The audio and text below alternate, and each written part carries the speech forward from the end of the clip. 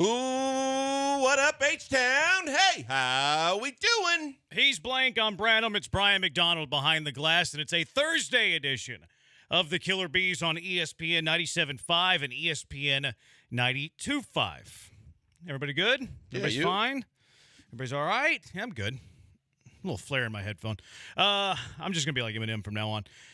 Free agency's about to heat up for the Houston Texans and in the NFL, and a lot of conversations. I mean, just anywhere you consume your sports, whether it's social media, whether it's sports radio, whether it's us, whether it's other people, wherever you consume your sports, it's in your face. There's no such thing as off-season in the NFL. It doesn't exist. Even when your teams are bad, it's like, okay, we might not be a factor in free agency like the Texans the last couple of years, but it's that draft's just around the corner. You're hearing podcasts with Daniel Jeremiah and our very own Lance Erline. I don't know why Lance never gets credit for that podcast, but Daniel Jeremiah does. That seems very unfair. Lance is the preeminent draft expert, for goodness sakes. Why aren't we getting Lance any love whenever you talk about that podcast? Couldn't agree more. You know what I mean? Like, there's two people on that podcast. It's not just Daniel Jeremiah. Lance deserves a little bit of love, too. Running back with this team is going to be something that we talk about. It's an area that, I think that the Texans can improve on. You heard them all season long. We need to improve in the running game. I actually think they made progress in improving in the running game because of Singletary. Singletary taking over for Dameon Pierce, becoming the RB1, made them better in that department. I think a healthy offensive line, they would be better running the football as well. There is some questions about left guard. There's huge questions about left guard, whether you're a believer in Kenyon Green. If you're not a believer in Kenyon Green, then there's even bigger questions at left guard. But that running back spot is something that everybody talks about, whether it's Singletary and Pierce. Are you good if that's your tandem next year? Whether it's who do you like in the draft in the third, fourth round? Whether it's these free agents, which there's quite a bit. Whether it's these cut casualty possibilities like we were talking about yesterday with Alvin Kamara, maybe Aaron Jones, maybe not, but maybe he's out there. But then you look at the free agency class too, and while not many people are high on Austin Eckler, there's a lot of intrigue in, what about Derrick Henry? We've seen him twice a year for a long time. He certainly had the Houston Texans number prior to this season. You look at Josh Jacobs with the Raiders, who's had tremendous amount of success, not so much last year, but 2 years ago was really good. Saquon Barkley is the popular name, and you're seeing more and more content coming out on this. You're starting to see odds come out on this too. And I care more about odds than I do about the articles, because I think the odds are usually a little more accurate. Mm-hmm. Now, predicting where a player goes can be very difficult, but I'll trust the odds more than articles. And some odds are out from betonline.ag. First, Derrick Henry, fourth shortest odds to land Derrick Henry. So, in the conversation for a Derrick Henry? I'm not as interested as most in Derrick Henry. I just question the fit and kind of how everything syncs up. Where he is in his career, his style of running, the way that he's gone about his business, which obviously has been very effective when he was in his heyday. I don't think he's in his heyday anymore, and I don't think that he's the kind of fit stylistically for this team the way that they got the most out of a Singletary, didn't get as much out of a Pierce. So from that perspective, on that particular running back, I'm not as interested as most people that are getting excited because they hear the name, they go, ooh, Derrick Henry. And yeah, he's run roughshod over the Texans over the last 3-4 years. That would be awesome. Would it? What scale of 1 to 10? Because we like to do the 1 to 10 game here. If Henry is the free agent acquisition at running back and fourth longest odds, they're in the ballpark. What do the odds makers know? 5? I don't think that they really know anything. I think they're more, these teams are interested in running back. Maybe it could be a fit. I think it's more educated guessing. 5. I'm actually be at a 7 for Derrick Henry. Okay. I'm very intrigued by the idea of Derrick Henry. Now, I would want a third down running back, and that could be anybody. It could be Jerick McKinnon. Right. So I would like the addition of Derrick Henry with the Texans. I'm at a 7 there. Where are you at with that one, Brian? No, I agree with you, Jeremy. I can maybe be difficult and split it and go 6.5, but I'm going to go ahead and go with you at 7. I share some of Joel's concerns about the stylistic fit and the zone scheme, Derrick Henry's age, but I think he's a big enough name that I would be willing to go ahead and take the shot because the upside potentially is better than anyone on this list. So I'd be willing to take the shot. Really? But if you do take the shot, you definitely, as you said, you have to have another guy ready to go because Derrick Henry at age 29 or is he going to be age 30? I don't remember exactly. he's not somebody that you can or should give 300 touches a year at this point. They need to have a third down back ready. Would he take a one-year deal? Would Derrick Henry take a one-year deal? I think he might. Possible. I think depending on the team and the situation. See, I think Baltimore is the perfect fit for him. Agreed. And I think if Baltimore offered him a one-year deal with maybe a prove it or an option for a second, I think ideally that's his sweet spot because they really block well and he's got a chance to make some extra coin. But I think at this point in his career, I think he's going to be faced with the tough reality that he might have to take a one-year deal. Yeah, I would be – one-year deal would be really exciting. If you can get like a 2-year deal with most of it non-guaranteed in year 2, like that would be something that would intrigue me. I think that Henry has more left in the tank than you. I think that's where we differ with Derrick Henry. I think he's actually pretty good for his own blocking scheme. So that's something that would really intrigue me. The odds on Josh Jacobs, third shortest odds for Josh Jacobs. Again, I think this is Vegas. Hey, Texans need a running back. They could be in on all of these guys, or they're going to be in on one, so it's kind of hedge it with all of this. 1 to 10, Josh Jacobs. 6. Okay. I'm going to go under Saquon. Jacobs is younger. He gets very disinterested at times, which I don't love. He didn't look great last year. 2 years ago, he was fantastic. He reported late to camp, and look, I think he got disinterested with his whole contract. He got situation. really annoyed with his contract. That bothers me. It's like, too. Okay, do you love the game or are you Anthony Rendon? Like that's concerning to me. I do share. This is going back a little bit further, but I do share some like Sean Alexander concerns. Like as soon as he got paid, he quit. Yeah. But I do think, and not to make an excuse for Josh Jacobs, because he still could have been a better professional than he was last year. But I do think the reporting late, being out of shape, that was a large part of the drop-off, not his actual skill. So I would go higher as far as my excitement than I would for Henry. So I'd go an 8. I'm at a 5 on Josh Jacobs. Like I don't like the attitude. I don't like either. I'm going to turn it on whenever I want to play well. That stuff, that's red flags to me. He also seems to run the ball a lot like a Damian Pierce runs the football. He seems to be that battering ram that doesn't use a lot of the side-to-side. And I'm with you. The first thing that I saw was a guy that completely was disinterested once he came back. Like he was just waiting for free agency. So no matter what they worked out after he showed up late and then sat out and they worked out whatever they had to work out, I thought it was a complete lost year. And it's kind of like when we talked about if Grenard's ankle was, to the severity of Grenard's ankle with free agency coming up. If you got a guy that doesn't have a whole lot of want to, and it's because of off the field issues when your team is really trying to do some things, that's a problem. Yeah, I think you're selling him short on the shiftiness and the side to side, but the desire to want to play and turn the switch on, I don't love that. No, and then once he gets paid, is it like, okay, I'm going to mail it in? That is definitely a red flag. I'm with you on there, but I do think a point in his favor, as same as it would be for Saquon, is he's been a good receiving back in his career. So if you do pay him the money, and I think of all three of these names that we're discussing, he probably costs the most. That at least he's a back that if you sign him, he's on the field all 3 downs, and the complimentary piece doesn't need to cost as much. I agree with that, and I do think he'd be the most expensive. The final one, Saquon Barkley. The Texans are the favorite for Saquon Barkley, according to betonline.ag. That's ahead of the Bears. It's ahead of the Chargers, who are just behind the Houston Texans. 1 to 10, what would Saquon do for you? I mean, that's 9 for me. Wow. Yeah, that's 9 simply because of the dynamics that, and I'm going to give him the benefit of the doubt that, some people say he's injury prone, but other people say, he's had some unfortunate injuries, but maybe that doesn't put as much, that leaves a lot more tread left on the tires. He's talented as all get out. He can catch the football. He's shifty. He's fast. He can hit. He's a powerful runner when he has to be as well. I like everything about how he would fit into this offense. My hang-up was Saquon, and I would be excited if they signed Saquon Barkley. I'm probably, what did I have Henry at, a 7? I'll put Saquon at an 8. I'll put Saquon at an 8. The one thing that I'm having trouble getting over was Lance Zierlein calling him a dancer. He says he doesn't hit the hole hard. He's not that one cut kind of running back that he sits there and dances, looks for his hole. I don't love that. I don't love that Lance said that.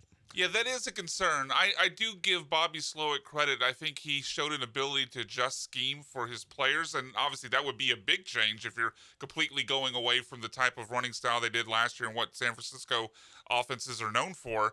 But I think I would give Slowick the benefit of the doubt that he can make some sort of adjustment to fit Saquon. And of all these 3 backs, I think he has the highest just pure skill level. Yeah. So I would be at about a 9. I'd be very excited about Saquon. I would agree with what BMAC said. I'm thinking that he comes here and you get out of you get out of whatever they had a terrible offensive line last year too, but you get into a new situation, and I think that he understands with an innovative mind like Slowick, and the fact that if Slowick says, hey, look, and we look at some film and say, hey, look, this is systematically the way we run things with our scheme. You have to do this versus that. I don't think he's going to have any problem adapting, especially if he's got a better offensive line in front of him, which, with the exception of some questions we've already discussed with left guard and center, and I think they'll work a lot of that out. But I think that he understands he's going to have a better line to run behind, and there's going to be plenty of opportunities for him to really excel in this offense if he just follows the leader, so to speak. Yeah, if you're once you're a dancer, though, you're a dancer. I don't think so. I mean, I feel like it's a hard thing to break. To make an Astros comparison, and look, I know it's maybe apples and oranges, but I think so, yeah. the Astros were given credit. I mean, have been given credit, for many years now about taking pitchers that maybe weren't having great success elsewhere, telling them what they were doing wrong, and then putting them on the right path. I don't see it as impossible that the Texans couldn't take Saquon and say, hey, you're doing this wrong, do this instead. And an athlete as gifted as Saquon could then make the adjustment. Let me go with the he Texans. was a dancer at Penn State?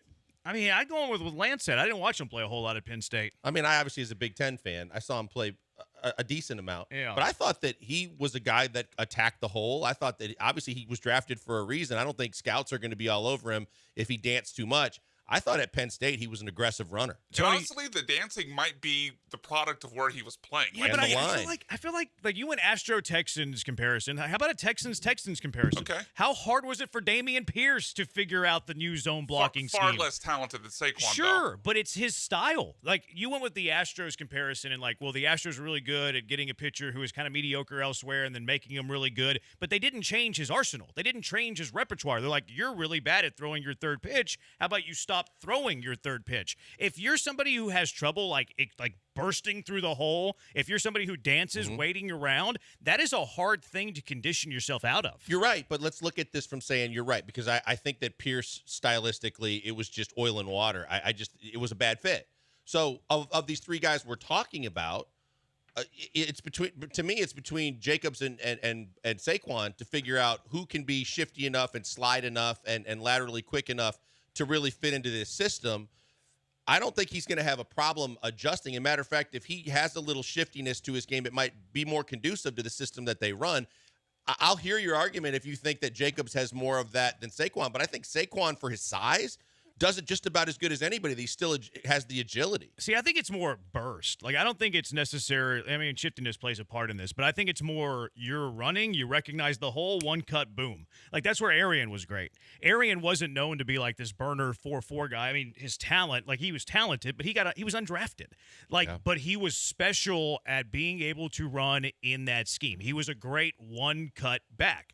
And I think that's where we kind of knocked Derrick Henry. He's he's older. He's not as shifty from, point A to point B. I think he's really good at hitting the hole, though. And I think he's really good at being able to, analyze where it's at and boom, go. And then he's so big that he's tough to bring down once he hits that hole. And that was the frustrating thing with Dameon Pierce. Dameon Pierce isn't a poor athlete. No. Dameon Pierce just had a tough time recognizing where the hole was, and then he would run into contact foolishly. Yeah, I look at these guys and think any one of these three guys are going to excel based on where they're coming from and getting into this situation. For any one of these three guys, this situation should be better for them. It's just which one is the best? Can the Texans get the most out of, and just factor in age and agility and ability and power in hitting the hole.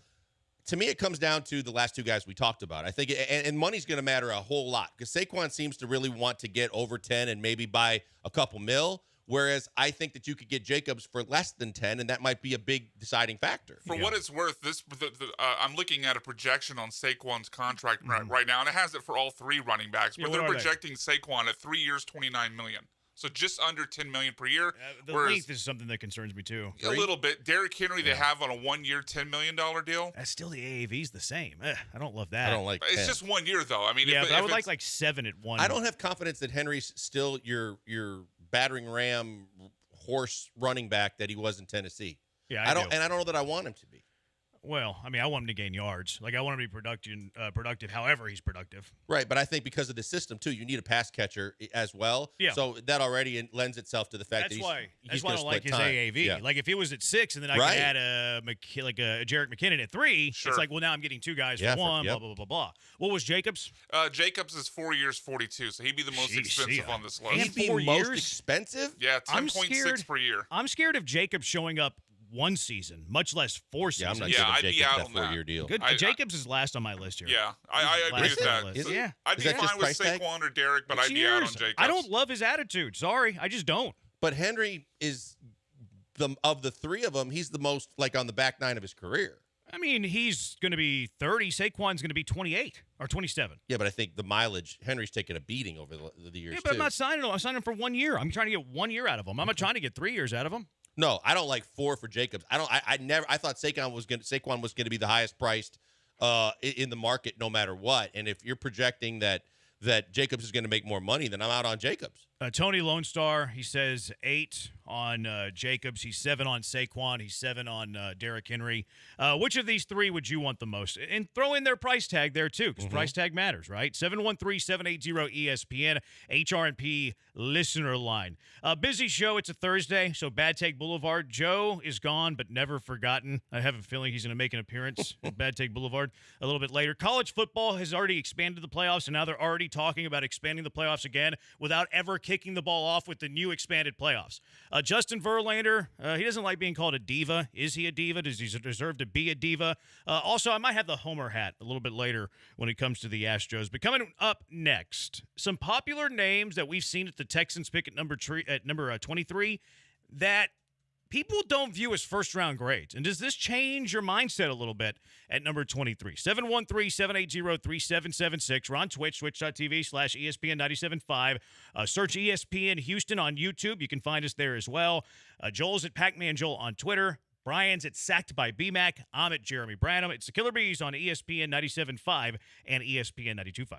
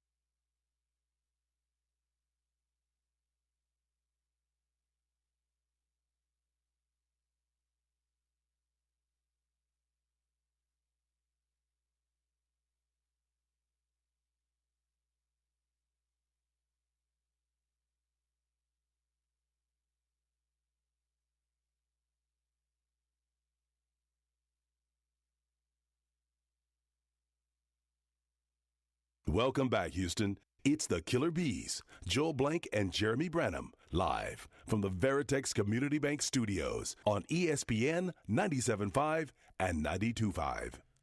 He's Blank.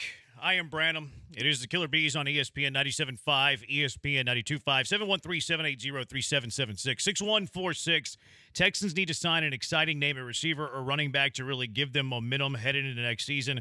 It can help the fans stay excited as well. I disagree. I hate this logic. Yeah, it's not about what excite the fans. The fans should be excited as all get out for what they did last year, where they ended up, how they played, and everything that went their direction. There's nothing that says that you need to be enticed by a big-name running back or wide receiver, and, oh, by the way, the price tag that goes with them.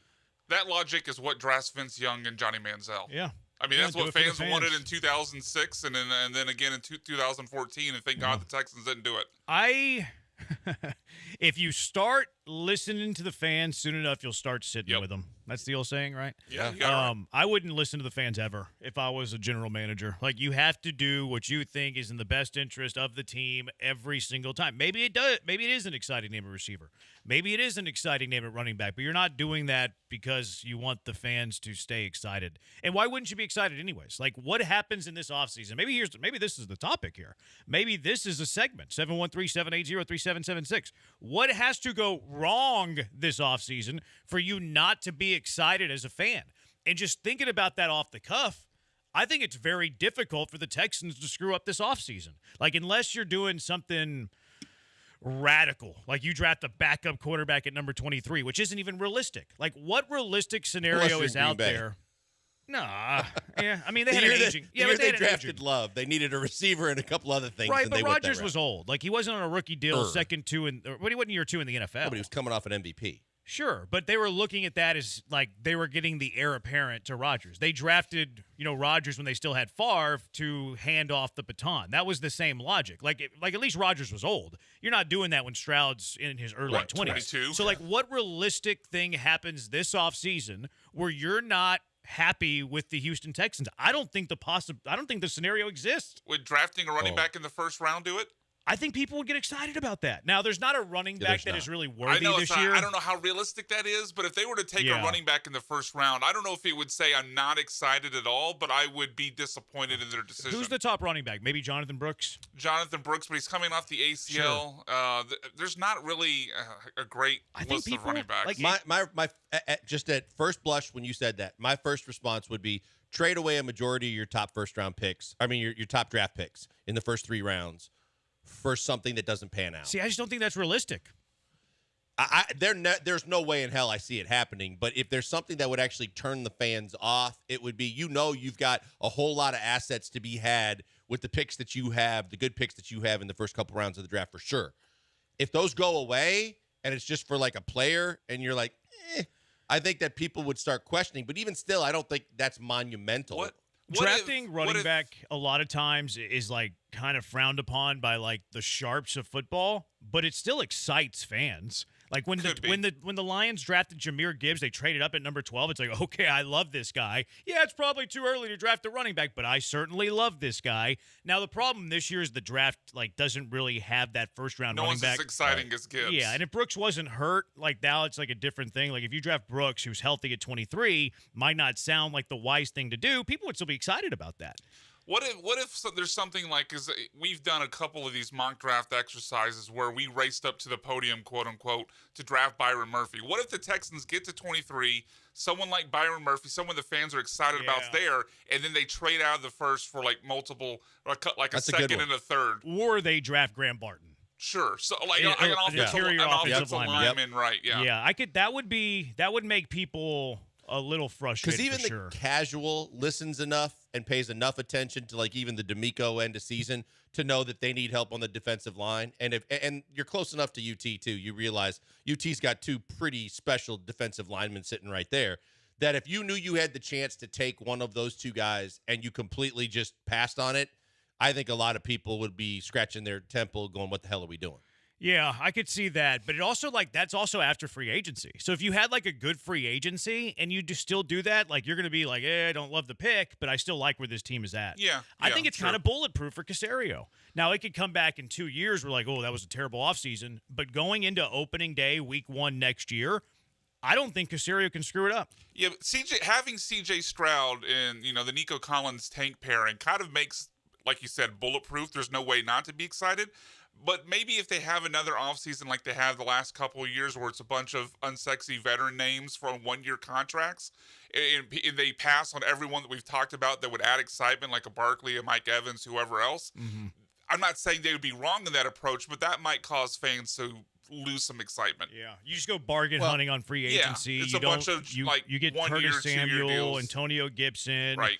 There's not a splash name in free agency. It's a bunch of Blake Cashmans, Rex Burkheads, Exactly. and then in the first round you take Graham Barton when Byron Murphy and Cooper DeJean's on the board. That's probably the worst case scenario from a fan's perspective. I mean, when I'm thinking about it, the first thing I do is just, what would Bill O'Brien do? Well, Bill O'Brien would trade Laramie Trade DeAndre Tunsil. Hopkins away. He would trade Laramie Tunsil this time away, and you wouldn't get anything but a bowl of soup for him. And then you would draft an offensive lineman in the first round, and you would overpay several guys that are free agents that could leave your team to make sure they stay. And you're going, what are we doing? I don't think that's a good one.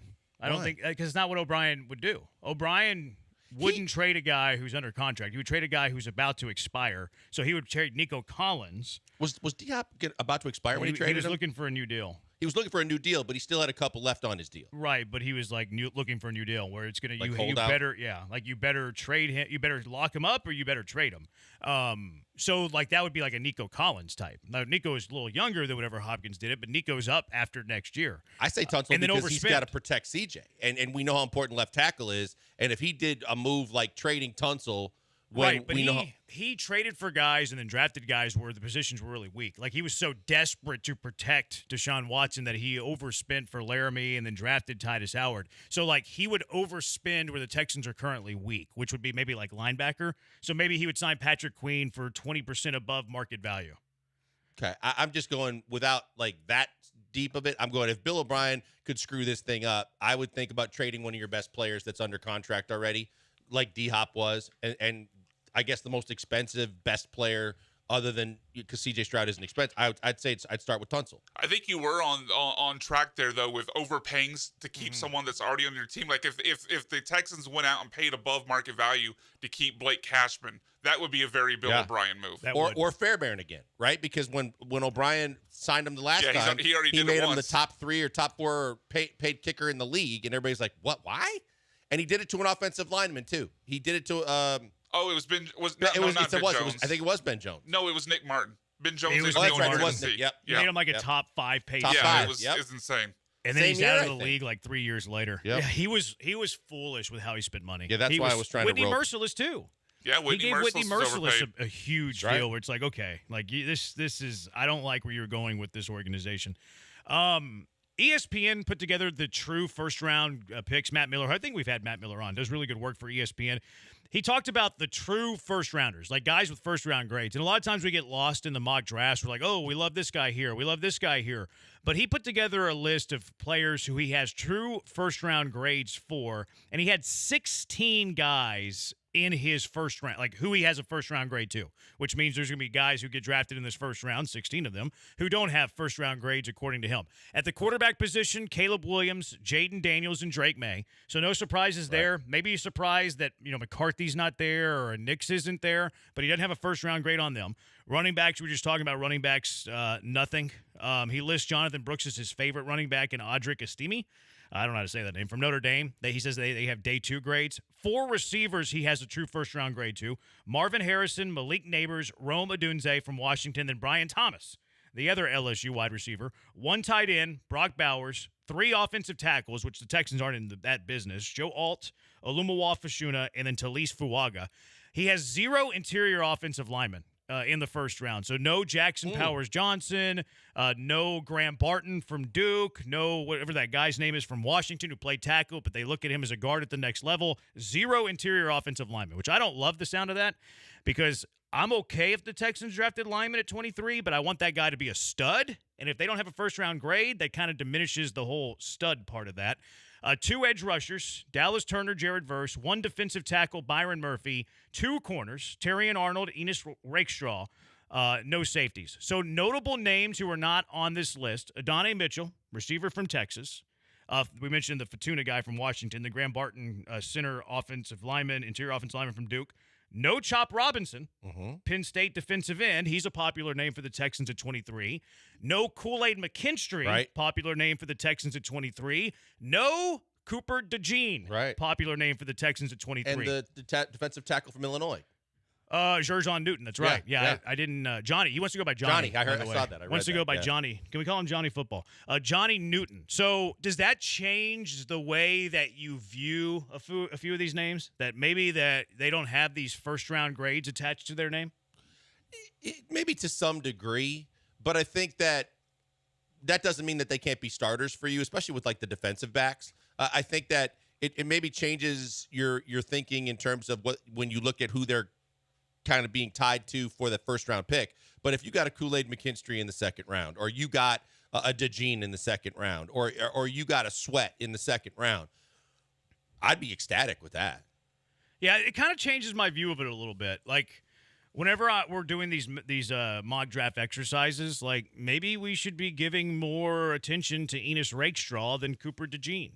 Like maybe Rakestraw is a better player than DeJean is, or maybe we were talking about a lot about receiver. Yesterday, a name that came up whenever we were talking about receiver was Brian Thomas. Like, Brian Thomas, first-round grade. I don't love receiver in the first round, but if he's a better, best available, he's BPA, best player available, and Cooper, if the decision's Brian Thomas, Cooper DeJean, Brian Thomas has a first-round grade, Cooper DeJean has a second-round grade. I want corner more than I want receiver, but is it worth trading off a second-round corner versus a first-round receiver? Those are the decisions you're going to have to make. That's the BPA element, right? I mean, it's best player, not just because it's at a certain position. It's, are they worthy of being a first-round pick with the impact that they could have?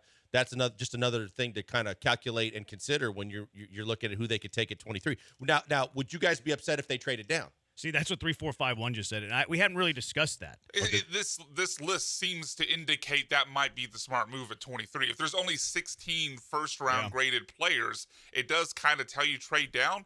But if you're telling me, and some of these names we've talked about have certainly fall into this list, if you're telling me these guys are still early second-round worthy, you're still telling me they're starter caliber, I'm not going to get, all bent out of shape if they're taking it 23 instead of 33. Yeah. Especially if there's only 16 first-rounders. Yeah. I mean, what are you going to do? There's still going to be 32 first-round picks. You got to take the best Someone's guy. got to be taken there. The trade down depends on the package. Yeah, exactly. But if you could get, you slip a couple of picks or whatever, but you pick up an extra second or you pick up an extra third somewhere, whether it be this year or even next year, you're like, okay, that seems worth it to me because I'm looking at it going, well, say Murphy goes. But say you got Sweat and the kid from Illinois, and you know that how many spots you moved back, one of those guys should still be there based on who's picking between you. And you go, well, if I'm really hell-bent on getting a DT and I got all these guys pretty evenly rated after that, if I can still get that guy, but I can pick up an extra pick in one of the top in the first 3 rounds, I'm in. Yeah. 713-780-ESPN HRP listener line, 713-780-3776. Major League Baseball Network put together their top 100 Major League Baseball players.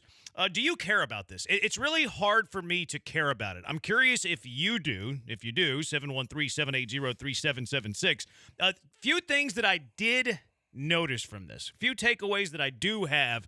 Mostly, I don't care about this list, though. 713-780-3776. Killer Bees, ESPN 97.5, ESPN 92.5.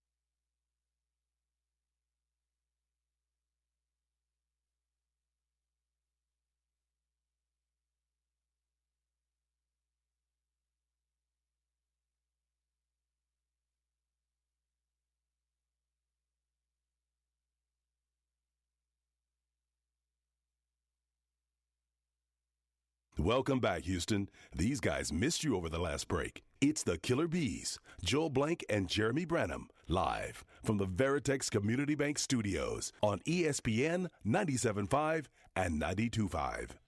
He's Blank. I am Branham. We are the Killer Bees on ESPN 97.5, ESPN 92.5. Major League Baseball, MLB Network came out with their top 100 players in the bigs. I have a hard time caring about this stuff. I'm not going to lie. Like, I couldn't care less about what somebody thinks about certain players. It doesn't add up to wins. Like, the only place where people's opinions mattered in sports, college football. College football is the only place.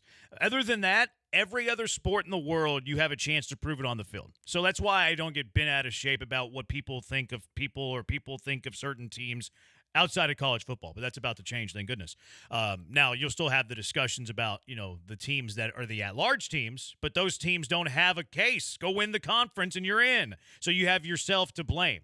So that's going to change in college football. But the Astros had a bunch of players on this list.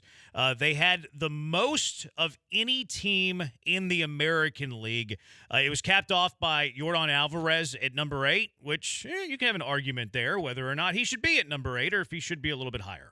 Yeah, that was my biggest beef. I was watching this as it was unfolding, I think 2 nights ago when they were getting in, and before they even got to their top 10 and their top 5, they had DeRosa and a couple of their analysts give up their top 5, and Yordan wasn't in any of the top 5. And so, of course, right away, I'm going, wait a minute, what are we doing here? And then the logic behind it was what really pissed me off was the fact that they said, well, Yordan can't be in the top 5 because of his defense, because he doesn't play defense, or when he does, it's part-time in left field. If he's just going to be a DH, that's like putting a David Ortiz in the top 5.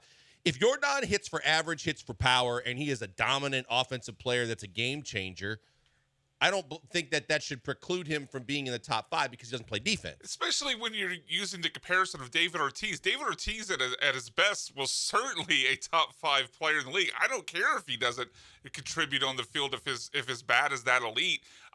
Obviously, I think, and I haven't looked at the top 10 here. I mean, I have no problem with Ohtani. I have no problem with Acuna and a few others being ahead of Yordan. But I definitely think you can make the argument that he should be at least at number 5. I think 8's fair. I think 8's fair. 5 to 8 is fair. I think 8's fair, and I think the defense part of it's fair too. Like, you're talking about the very best players in the world. Is Yordan capable? Sure, but he doesn't.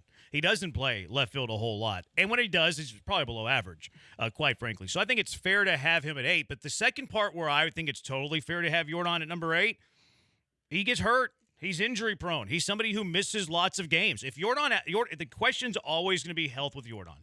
If Yordan Alvarez plays 150, 155 games, he can be an MVP. He can win a Triple Crown. He hasn't proven to be able to do that. So I think it's fair to ding Yordan for that. I have no problem with him. So DeRosa left Ohtani out because he's not pitching. Fair. So he said he's leaving him out of his top 5. But Ohtani's still probably going to play the field. I doubt it. You don't think he's going to play? No, he's going to DH. I guess they got Freeman. So he's not going to play first base, yeah. Yeah, he'll DH. I have no problem with Yordan at 8. Now, the Astros had 7 guys on this list. And again, who cares if Yordan's 8? Maybe Yordan's ticked off and he goes and wins the MVP. So, that's why these lists are, trivial. They're arbitrary. I don't really care about them.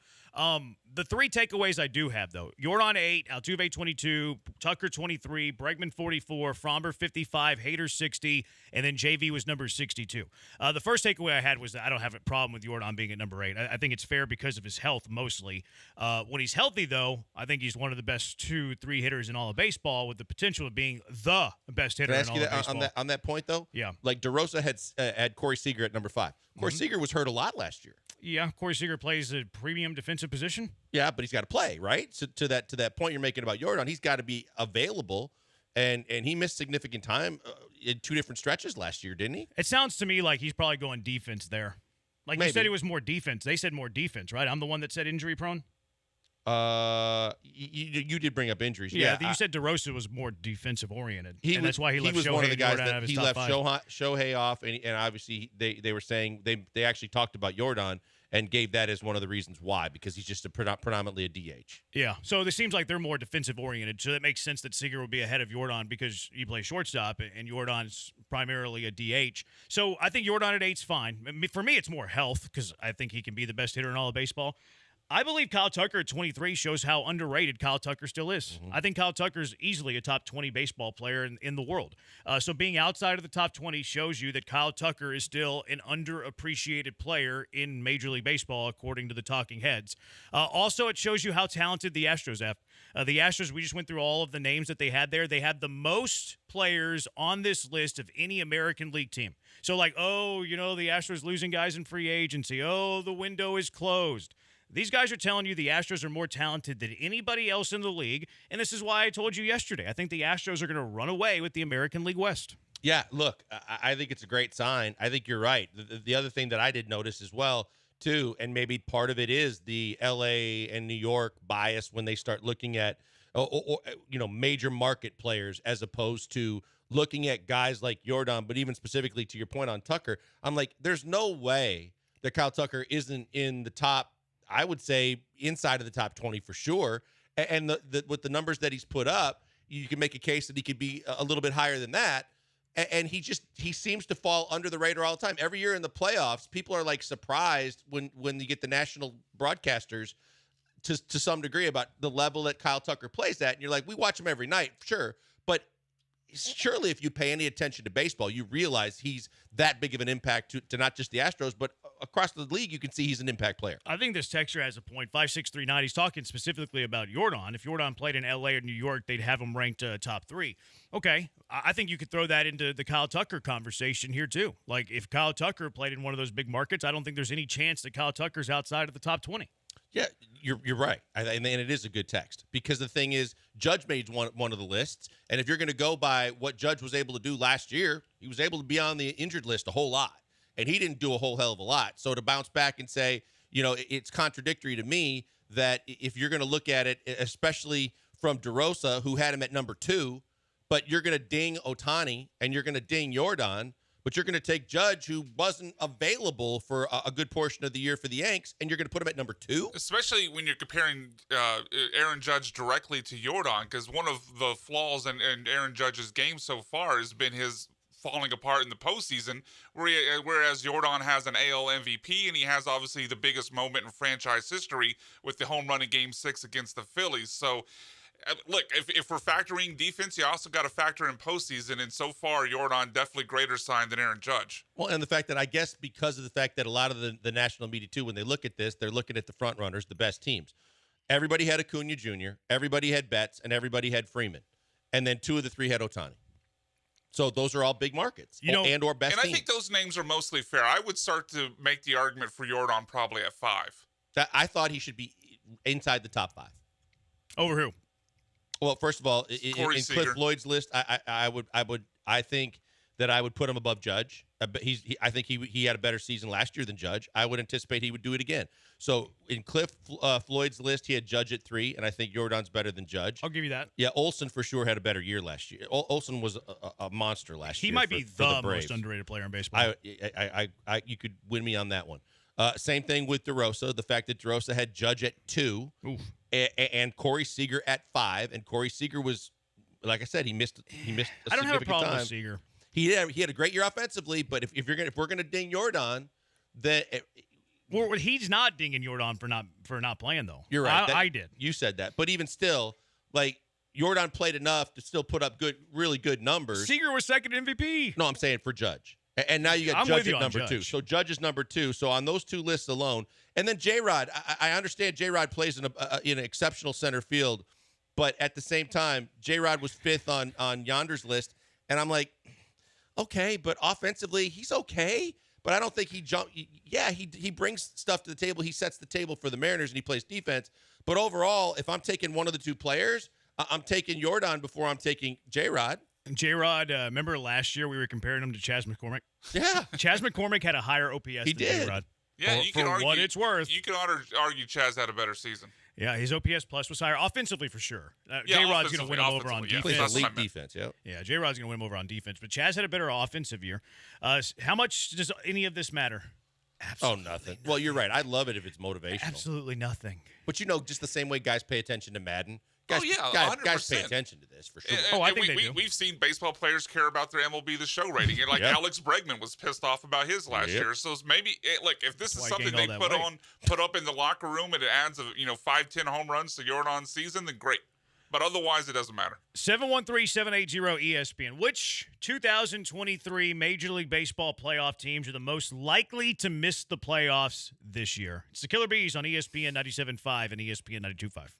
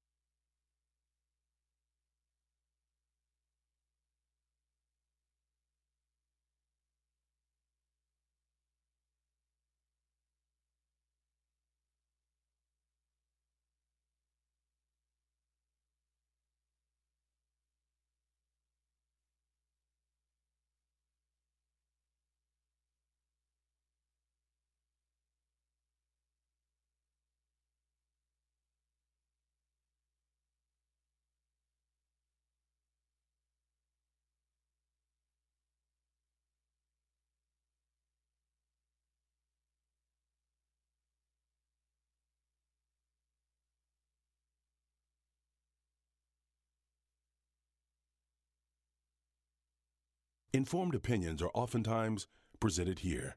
You're locked in with the Killer Bees on 97.5 and 92.5. Live from the Veritex Community Bank Studios, here's Joel Blank and Jeremy Branham. He's Blank on Branham, 713-780-ESPN. Someone on the Twitter said, how come Brian Abreu is on this list? He's been almost unhittable for 2 years. That might be another example of the East Coast bias. If he was the Yankees closer, he's probably top 50. Sure. Probably top 50. Absolutely. But he's the Houston now seventh inning guy, so he doesn't sniff the top 100, even though his number's up there with any other relievers outside of saves. 713-780-3776. Who made the playoffs last year that is the most likely to miss this year? 713-780-3776. The 6 teams in the AL last year: Baltimore, Houston, Minnesota, Tampa, Texas, Toronto. In the NL, it was Atlanta, LA, Milwaukee, Philly, Miami, Arizona. Starting the AL. Okay, in the AL, because I was going to start in my own backyard. Houston? No. They are in the AL. My backyard. I that knew what you grew meant. up in. Yeah. I think Tampa Bay, to me, is the first team that comes to mind that I think is vulnerable. Obviously, your best player is probably gone for a long, long time. And you know that they're obviously never going to overspend. They do always bring up young players, but that division is really good. The American League is very good, and they stick out to me as a team that could slide. I think they're the second best team in the American League East. They constantly reload. They've made the playoffs 5 years in a row. See, the problem is with the rest of the American League East, aside from Baltimore, everybody looks like they might have taken a step back or they just stood pat. I mean, who improved? Yankees. I mean, Yankees improved. They added Well, Juan that's Soto. true. They did add Soto, but they always find a way to screw it up. That's true. I think Tampa's the second best team in the American League East behind Baltimore. I do think the Yankees are third, and I do think that's the best division in all of baseball. It is. So if I think that the Yankees are third and Tampa's second and Baltimore's first, I have to lean Toronto. Toronto would be at the top of that I think list. Toronto's better than Tampa. I don't. I think they have more I popular don't players. trust their pitching after Kevin Gosman. I don't either. Like yeah, Alec Toronto was my Manoah, pick as well. I love Kevin Gosman, and most of He's their solid. offensive He's really players are pretty good. But even some of their better, offensive players with Bichette and Vlad Jr., their power numbers have dipped the last couple years after they had that 1 year where they got to play in the minor league ballparks. And those power numbers have started And to also, come you down. know what happened? That Sorry? guy who was sitting in the hotel right. with the Right. binoculars, he got kicked out of the hotel. So those power numbers have dipped. Yeah, you they've might have dipped across noticed. the board. Springer's not what he once was. The pitching staff really is not very good. Yeah, after Gosman, there's a lot of concern there for their pitching staff. I love Baltimore, so Baltimore's They're staying good. here. Alex on the YouTube said if the Astros pitching isn't very good, then I could see the Astros. Not me. I think the Astros either. run away with the American League West.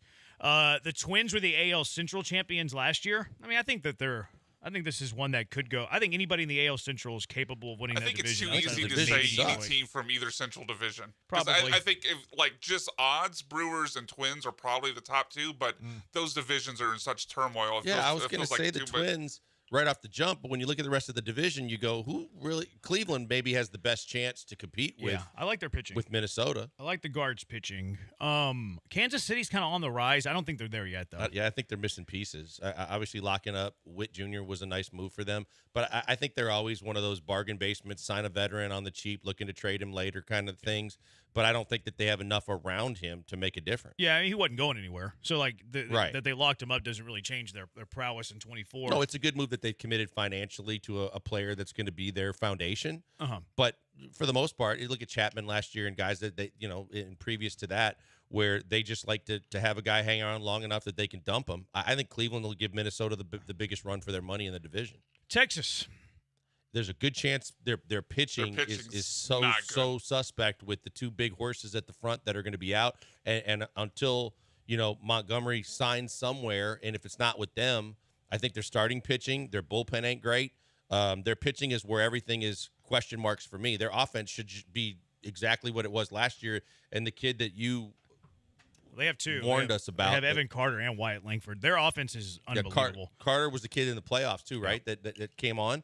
I mean, there's no reason to believe that their offense shouldn't be as good as it was a year ago. The biggest question marks are all across their pitching. Their pitching stinks. Their pitching is not very good. Their offense, I think, is going to be the best offense in all Major League Baseball.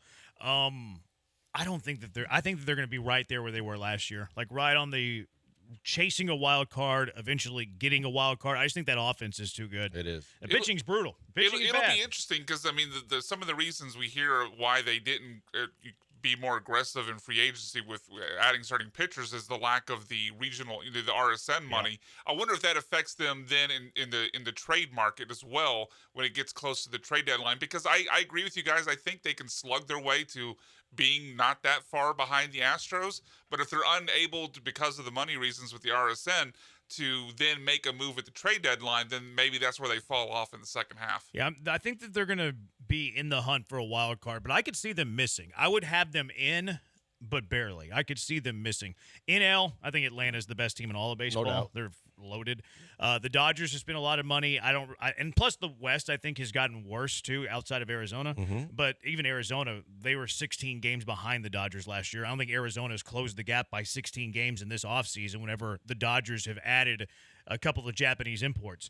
Milwaukee, I don't think Milwaukee's making the playoffs. I don't either. That's where I was going to start this whole conversation. Is Milwaukee has been notoriously cheap. No, they continue to do so. They don't continue to add. They continue to have subtraction be an issue for them, and they're trying to be like the Rays. They're not good at it. They're trying to reload and add some guys, young players. Milwaukee looking at the division because I think Cincinnati's going to take a jump. Cincinnati's impressive. The Cardinals are probably going to also turn it around. And the Cubs are. I don't know what the Cubs are for sure, but I think they're both. The other two teams are better than the Brewers.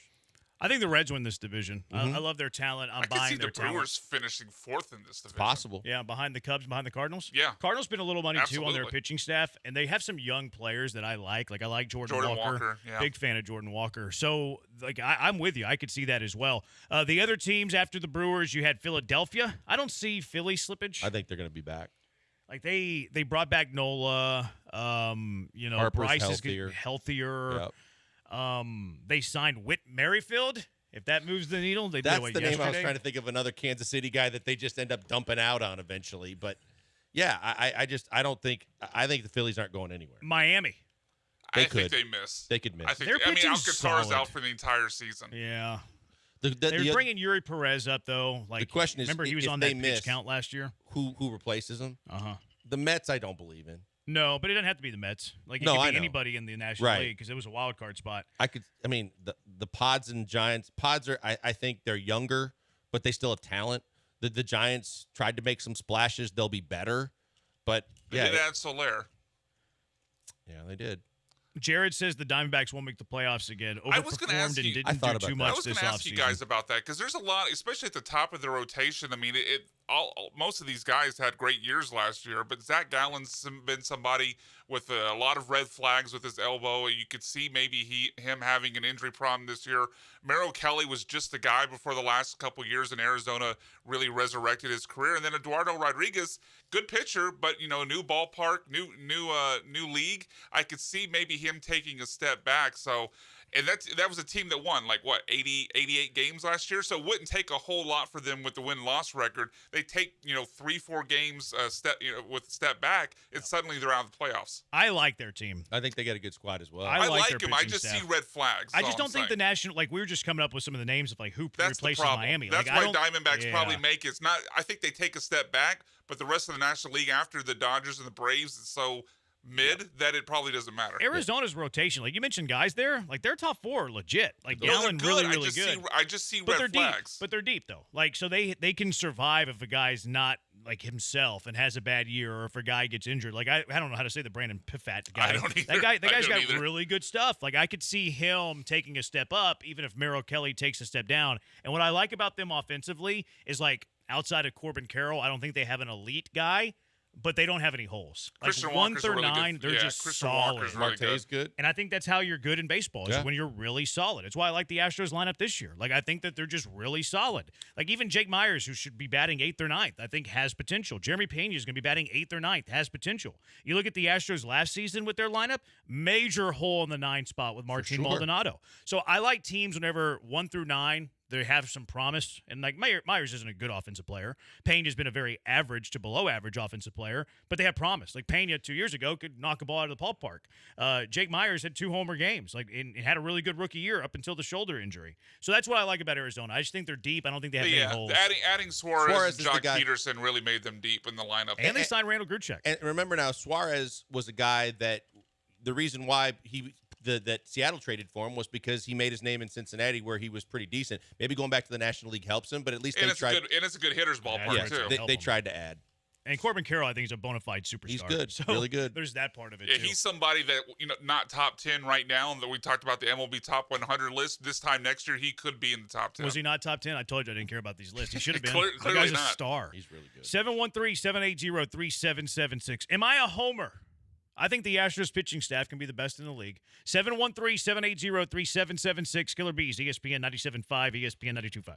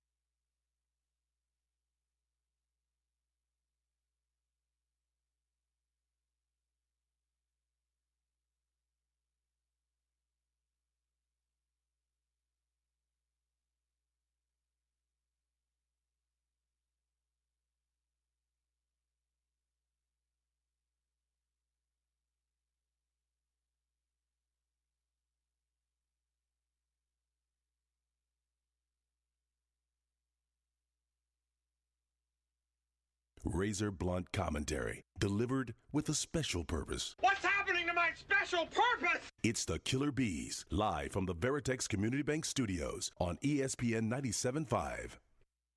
He's Blank. I am Branham. We are the Killer Bees on ESPN 97.5, ESPN 92.5. Brian McDonald, our new producer, because he has a B in his name, unlike Joe George. 2920, where is Joe? Joe is no longer with the Killer Bees. Sad to say. But he's still with the station, and he's probably still going to make an appearance on the Killer Bees every Thursday at 4:30 for Bad Take Boulevard. So that's where Joe's at. He's living in Bad Take Boulevard. These guys keep texting us this Los Angeles Dodgers spring training score. They're updating us, giving us real-time updates on spring training game number 1. That's weird. Weird behavior. We have the internet. Is it key? If we cared, we could check. Sounds like the behavior of a team that has a fraudulent title. It is Key from L.A. Key from L.A. keeps giving us live updates on spring training scores. Key from L.A., I hope the Dodgers win a spring training championship because that's the only championship the Dodgers are sniffing this year. Yep. All right, 713-780-3776. Am I a homer? I've been called a homer a couple of times, and we know what happened to the people who said that. But am I a homer here? I think that the Astros can have the best pitching staff in all of baseball. A lot has to go right. There's absolutely a lot has to go right. But you look at the depth that they have, and everybody's skinny now, by the way. Have you noticed that? Mm-hmm. Christian Javier, talking to the media today, said that he's 15 pounds lighter than where he was at last year, which is great because I was telling you guys last year Christian Javier looks a little pudgy. He looks a little pudgy, and that's not good when you have a pitch clock. Framber Valdez looks a little bit more in shape, too. I really think that the Astros had the Astros starting pitchers conditioning because of the pitch clock. Like, if you don't have as much time to regroup, you need to be in shape. It's more important. Collect your breath quicker. Be conditioned. And I think that was something the Astros did this offseason. But here's why I think they can have the best pitching staff in all of baseball. Justin Verlander. I don't need Verlander to be 2 years ago Cy Verlander. Just be who you were last year. Have a 3.25, 3.50 ERA. Make your 25 starts. I don't even need you to pitch the whole year. In fact, I don't think he's going to be on the Astros opening day roster because he's going to start the year on the IL. But just be solid. Like, that's all I need from you, Verlander. I don't need you to be a Cy Young winner. I don't need you to be the ace of the staff. Just be solid. Be a solid veteran. Be a guy who I can go to. You can give me 5-6 innings and you stay in the game. Framber Valdez, at his best, and hoping on wood that he's at his best, I believe that he can be a top 2, top 3 starter in the entire American League. He's capable of winning a Cy Young. That's how good Framber Valdez's stuff is. Framber, now the mental stuff comes into play. I think the pitch clock got to him last year, but in better shape. Christian Javier. I think Christian Javier was Brian's pick to be the bounce back candidate or whatever Brian said that he was. I thought he's going to be the best pitcher on the staff. Best pitcher on the staff. What if Brian's right? I think Brian's a smart lad. Maybe I don't say the nicest things about him on the air, but I'm just being silly. I think Brian's very, very smart. Brian thinks that Javier is capable of being the best starter on the staff. Then he could be the best starter on the staff. But he's proven that he can do it. We've seen Javier be the best Astro starter on the staff. Second half notwithstanding, wasn't very good in the second half. But again, capable. Hunter Brown takes that next step from being a rookie guy with a bunch of stuff who's still trying to put it all together. He puts it all together. He's really good. Jose Urquidy, he's solid. He's just, I think he's a good back into the rotation starter. If Jose Urquidy's your number 4 or 5 starter, I think you have a really good rotation. Mm-hmm. I think that J.P. France is his American parallel. I think that they're kind of the same type of pitcher. Different arsenal, but same type of pitcher. Number 4, number 5 in a rotation. If they are your number 4, number 5, then you have a chance to be really good. But there's also reinforcements on the way. If one of those pitchers isn't very good, okay, well, Lance McCullers and Luis Garcia are scheduled to come back in the summer. I just need one of those guys to be decent to take that other guy's spot. So you have 8 pitchers, hopefully, when summer rolls around. When you're looking at a playoff team, really you only have to fill 4 spots in your starting rotation, maybe even 3. Then you look at the bullpen, and I understand that there's holes to fill, but I think that there's actually some decent talent in these 4A starters. 4A relievers that can fill this bullpen. But where I'm really bullish is the back end. How can you not be? With Josh Hader, Ryan Presley, Brian Abreu. So you have 8 starters that I think have potential, and 6 of those 8 that have really high potential. The other 2 are really good back into the rotation guys. Get it to the 7th inning, and now you have the best trio in the back end of the bullpen. I think the Astros are going to have the best pitching staff in baseball this year. Am I a homer? 713-780-3776. I don't think it's cut and dry. I think Atlanta's staff right off the top was the first one that came to my mind that could compete with the Astros. I think the biggest thing in the Astros' favor is, like you said, they have everything that you need because they have talent at the front end of the starting rotation, but they have depth to give you the back end of the starting rotation. Whoever doesn't make it could add to a bullpen that if all you're trying to do is figure out 2 or 3 spots in the middle of your bullpen because you have the best 3 guys at the back end of any team in baseball, that the only team conceivably, or one of the only teams, and the first one that came to my mind that it could try and compete with that kind of staff is Atlanta, because they have depth and they have veterans as well as young arms in their starting rotation. They've got some good pieces in the bullpen with Minter and Bummer. They've got a closer. So I think that they could compete with the Astros, but I don't think you're a homer. I think that legitimately those might be the 2 best staffs in baseball. Realistic take, or am I being a homer? I love the Braves staff too, so like not much pushback for me. Yeah, I think it's a realistic take. I mean, you could certainly argue Fried and Strider at the top with the Braves better than the Astros front best 2, but I think the Astros, in the depth of their starting rotation, wins after that with They the still Braves. have Charlie F. and Morton, and they added Chris Sale. Chris Sale was awful last year. Chris He Sale was, awful, but that and might Charlie, be the perfect environment. I like for him. Charlie, but he's not the Charlie we saw here at this point. He's a guy whose ERA is going to be hovering around 4. Still a valuable starting pitcher, Yeah. but I would take the Astros, 3 through 6 over the Braves 3 through 6. And no one has a better 7-inning guy in the league than Brian Abreu. So I think that also plays a big part in the Astros winning the conversation. Now, where Atlanta could kind of, and to play devil's advocate here, where they could kind of sneak in is the middle relief. Because, like, the Astros, I think that they have a deeper middle relief. There's not many teams in baseball that don't have a deeper middle relief other than the Astros. So, where I don't think the middle relief is that important for the Astros' postseason success, like, once you get to the playoffs, look what the Rangers were throwing out every night in the bullpen. They rarely went to their middle relievers. Right. Once you get to the playoffs, you need, like, 3 guys. They're your workhorses, and you're going to them each and every time. So, like, I think the Astros are capable of winning a World Series if no one outside of the big 3 in the back end of the bullpen steps up. But if the Astros are going to have the best ERA in all of baseball, their middle relief is going to have to be solid. Like, not great, but solid. You're going to need Rafael Montero to be second half Rafael Montero. Doesn't need to be 2 years ago Rafael Montero. Needs to be second half Rafael Montero. Is Seth Martinez going to be on the staff? If he is, he needs to be 2 years ago Seth Martinez, not last year Seth Martinez. Souza needs to be the guy that would pitch for the Astros for the 6 games or whatever it was, not the guy who was waived 3 times before that. Maybe you need it doesn't have to be both of them, but Dylan Coleman, Forrest Whitley, one of those has to be a guy who can give you an ERA of 350. Nothing special, just 350. So I don't think that the Astros need those guys in order to win a World Series. I do think they need those guys if they're going to finish top 2, top 3 in baseball in ERA. Yeah, and again, the dog days of the regular season are totally different than the playoffs, because I agree with you. I mean, we know that starters, the leash is a lot shorter in the playoffs, and with the back end of the bullpen that they have, I mean, when you look at what the Rangers did with Chapman and Leclerc and company, the way they went about it, and you say, well, the Astros can do that, but they can do it way better with the 3 guys they got, you're in a great spot. But in the dog days of 162, you're going to have guys that have to eat up innings and do a lot of dirty work, and that's where, at least in the middle of the season, the middle of the bullpen has to at least come through with, especially Montero's got to try and keep that ERA south of 4 and try and, be, like you said, more of the second half. And then figure out between the veterans and if you really believe that one of the young guys can step up, look at them. But I think they're going to lean heavily on the veterans in the middle. Yeah, I'm with Jeremy. I don't think the Astros need one of the middle relief guys to step up and have a better than expected season to win the World Series. But I do think they need them, as you pointed out there, Joel, to get through the dog days of summer and to be in a spot where you're talking about, having a bye in the first round of the playoffs and not having to be in one of the play-in series. So I think that's important. But one of the points in the Astros' favor, and it kind of feels like deja vu because we were here last year bragging about the Astros' depth, and then a month into the season, the depth was completely gone. But how many teams are in a spot where pitchers the caliber of, Ronaldo Blanco and JP France, guys we hope never see the field for the Astros as starting pitcher, are your 7th and 8th guy? Exactly. And that sort of depth, I think, is unparalleled in Major League say Baseball. they're your 9th guy if you're looking at August. Now, it's hard to forecast that. And then you can throw in Spencer Arrighetti, who the Astros are also bullish on. The Astros last year had 3 significant injuries to their starting rotation. Lance McCullers, who never made it back. That was significant to their Major League Baseball rotation.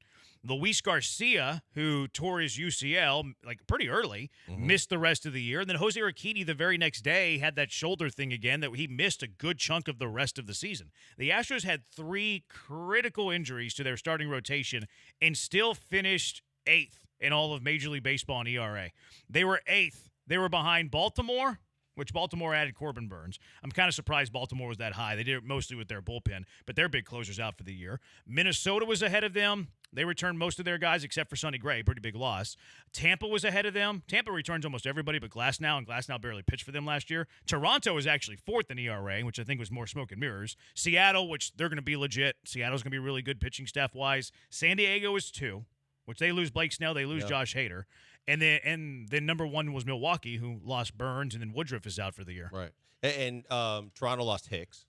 And Toronto, their starting pitching was like musical chairs. I think that's the biggest thing where the depth plays with the dog days plays such a big and critical role, because when you're going to go to a 6-man rotation, when you're looking to get, some of your starters a little less wear and tear, when you have guys that are interchangeable, when injuries are inevitably going to happen, the Astros have a luxury that I don't think any other team in baseball come close to, in terms of, it's one thing to say I'm going to bring someone up that's going to eat up some starts for me, but you look at what France did a year ago, but understand that at a certain point, you're going to have potentially 8 starters to choose from that you can just sit there and plug and play, that are better than a lot of the teams in this league, their 4th and 5th starters in some cases when you start thinking about McCullers and Garcia.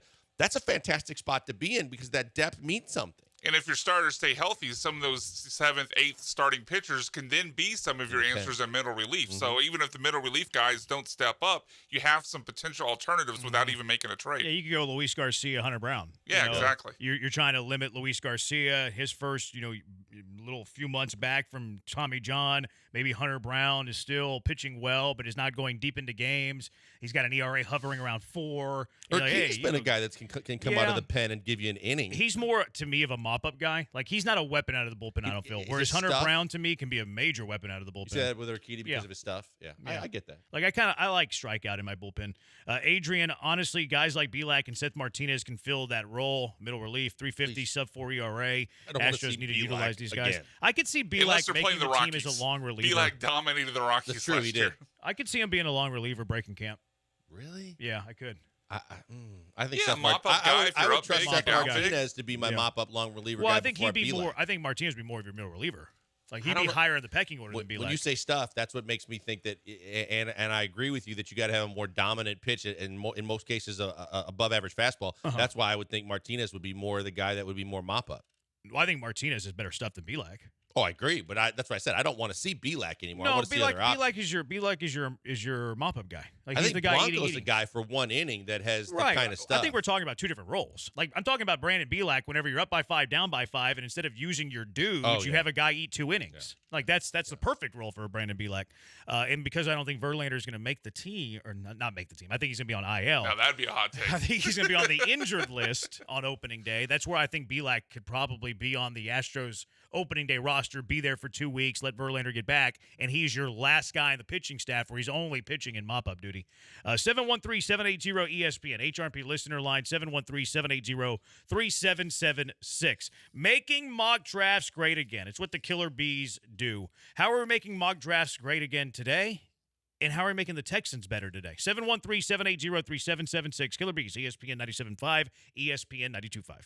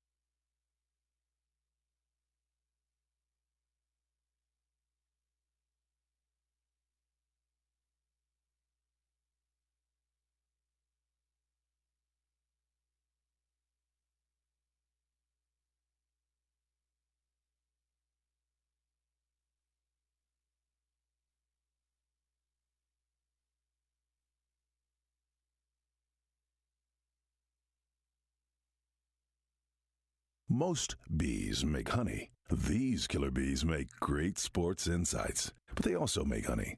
Don't ask about the process. From the Veritex Community Bank Studios, it's Joel and Jeremy. He's Blank on Branham. We're the Bees on ESPN 97.5, ESPN 92.5. Making mock drafts great again. It's what we do. Yesterday, we asked you, the Hive, to vote at Jeremy Branham at ESPN 97.5 on the 4 guys we voted for. Byron Murphy stole the show. Byron Murphy, Amarius Mims, Tyler Guyton, Keon Coleman were the options. Byron Murphy got 62% of the vote, ran away with it. Keon Coleman was second at 21. Mims, a tackle, was third at 11, and then Tyler Guyton, a tackle, was fourth at 5%. So Byron Murphy, that's probably been our biggest winner of polling the Hive when it comes to those 4 guys. So Byron Murphy runs away with it. Today's mock draft, we are looking at Tris Trapazzo of CBS. At the top of it, he goes Caleb Williams, number 1. No surprise there. Jaden Daniels, number 2 to the football team. Number 3 to the Patriots, Marvin Harrison Jr. Not quarterback. Pats go Harrison at 4. Cards go with Dallas Turner at Pats go with Harrison at 3. Cards go Dallas Turner at 4. Chargers go Brock Bowers at 5. Scrolling through, interesting names that pop up. Drake May goes to the Giants at 6, so he slides a bit. But Giants get a quarterback. Drake May and Daniel Jones feel very similar to me. Well, because Daniel Jones was also drafted at 6. And he was not a North Carolina guy, but he was a Dookie. Duke guy, Tobacco Road. Same state, yep. Tobacco Road. Malik Neighbors, 8 to Atlanta. Roma Dunze, 9 to Chicago, so they would get Caleb Williams and a Dunze. That's kind of scary. J.J. McCarthy, number 11 to Minnesota. Let's see. Any other It'd be fascinating good ones? to see who makes the J.J. McCarthy mistake. Byron I Murphy, agree with 17. You don't think J.J. McCarthy's going to be good? No, not at all. I didn't see anything in Michigan that led me to believe he was an NFL starting quarterback. He looks small to me. It's one of many things. There's almost nothing that I saw that I would point to go, that's an NFL starting quarterback. Brian doesn't know my comp for J.J. McCarthy. He feels what is it? to me like a Johnny Manziel light. A less athletic, less drunk but I think Johnny I Manziel. think He's pretty bigger, though, right? athletic. Is he taller? Maybe he's probably taller. Yeah, I think he's taller. He's probably but he's taller. slim Manziel like was well Manziel. built, but he was just short. But Johnny wasn't exactly frequently frequenting the weight room either. I think McCarthy's probably a better athlete. Oh, I wouldn't I say don't know better about that. athlete. McCarthy can run, but I wouldn't say he's a better Yeah, athlete. I think McCarthy's a good athlete, but he's not Especially Manziel. when you see the Manziel doc and how he talked about he literally never watched tape and he was still able to win Heisman, never watching Manziel tape. was an athlete. Yeah, okay. As a runner more than a passer. I mean, all he did is Yeah, throw that's it what up, we're and Mike talking about. Evans went and got it, right? I mean, he ran a lot. No, I'm saying passing-wise. He had an He did a arm. whole lot of just Sure. winding it up and letting it go and Letting letting his Mike receivers Evans go bail get him it. out. But Yeah. usually when we talk about athleticism for quarterback, we're talking about their ability to run. No, I know. He could run. That's obviously that was his bread and butter. Byron Murphy, 17 to the Jags. Brian Thomas, the LSU receiver, goes number 18 to Cincy. And nothing of interest, really, until the Texans are on the board at number 23. And they select Donnie Mitchell, the wide receiver from Texas. That's the pick at number 23. Didn't we have one the other day with Donnie Mitchell being number 23? No, we had the believe he was LSU one of the wide options. receiver. He was one of the options. I He don't think wasn't he the was the pick. pick. It was the 23. LSU receiver. Nick Caserio drafts a Donnie Mitchell, number 23, first round of the draft. You feel what? A little bit empty. I feel like they better have signed Grenard and Stevie Nelson. And yeah, I'm like, look, I am not going to feel fulfilled that they got a true someone that they're going to, that with the positions of need that they have, that they filled any of those positions of need. And I think it was more of a luxury pick that I wouldn't be as happy with because I think that they should, based on what happens with Grenard and Stevie Nelson, I think they should be looking defense in the first round. I think they should be looking at D tackle, edge rusher, or corner. And so to take a wide receiver there, and I know Brian, you're a Texas guy, so he's probably a guy that you're high on. I wouldn't be too ecstatic about taking him there. I'm with you. I'm gonna just be the guy that stands on the table and says I don't want a receiver in the first round. I don't either. Unless there's one of the, I'm just even if that's not gonna happen. Like my top 3 favorite receivers aren't gonna slide to 23. Yeah, They're not even gonna make it past 10 if Rome probably. falls Right. that far, great, but he ain't. Yeah, so I'm just gonna be the dude that stands on the table that says I don't want a receiver at number 23. That's just gonna be my stance. So Make room for me because now, I'll be on the table with you. But if they do draft like Brian Thomas or Donnie Mitchell, I'll be like, okay, that's intriguing. You got Stroud, 3 legit weapons. So it's hard for me to be disappointed with it. I don't want it to happen. I want to go another route at number 23 and then find that third receiver in another way. But if they draft a weapon for C.J. Stroud, how could I be mad? How can I be mad by that? I wouldn't be mad. I would be, and obviously, as you guys said, I'm more pro wide receiver at 23 than you guys are. But I wouldn't like to pick here with Adonai Mitchell at 23 because it feels in a way, and this is going to feel like a giant slight to Mitchell, but it almost feels in a way you're drafting a specialist. Because Adonai Mitchell, especially when you already have Tank and you already have Nico Collins, I just don't see him as the game-changing, top, target hog on an offense. He feels more like a red zone threat, and then you've spent a first-round pick on basically a red zone specialist. Okay, so you're you would be more Brian Thomas? Yeah, I don't mind wide receiver 23. We had this conversation the other day, and I know one texter got really mad at me about my take on Adonai Mitchell, but I wouldn't like him here at 23. Okay, so we would all not necessarily love this pick. The next three after Adonai Mitchell, so we'll have our option of these four, a little multiple choice. Number 24 is Jared Verse, the edge from Florida State. I have a hard time believing he fell to 24. Troy Fatanu, the interior offensive lineman from Washington, and Amarius Mims, the offensive tackle from Georgia. So Mitchell, Verse, Fatuna, Mims, who is your pick of the four? To me, it's a no-brainer for what I just said, too. I want them to fill roles and concentrate on defense in the first round.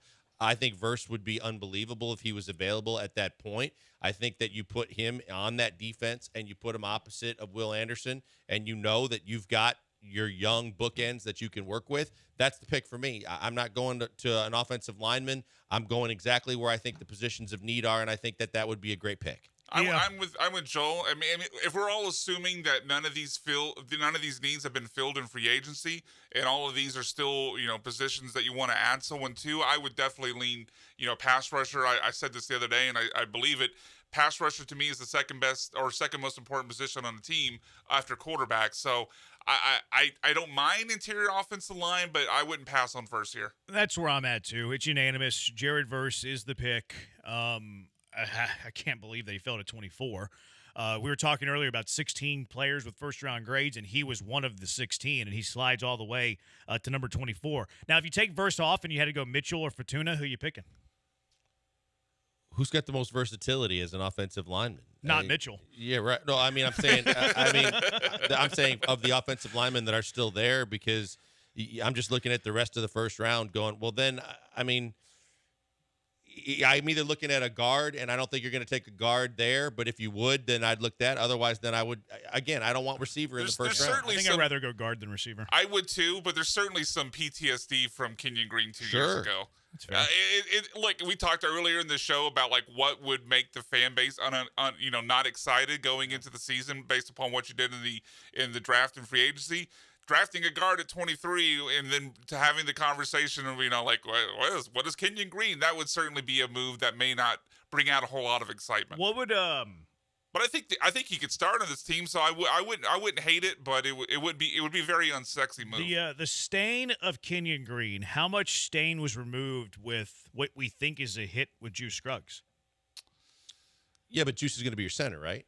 Yeah, but we're talking about interior offensive linemen. Like there was the stank of missing on Kenyon Green, but there was the opposite of stank on what we feel like is hitting on Juice Scruggs. So if the stank was at a 10 on Kenyon, I feel like Caserio has won back a few points at least hitting on Juice. Sure, but you still wonder again because of CJ, because of the running game, because it's but how much did he how much did Caserio recover from public perception on missing on Green? We think it's a miss with the hit. Like how many points? Like if it was a 10 in terms of stank, how many points did he recover with Juice?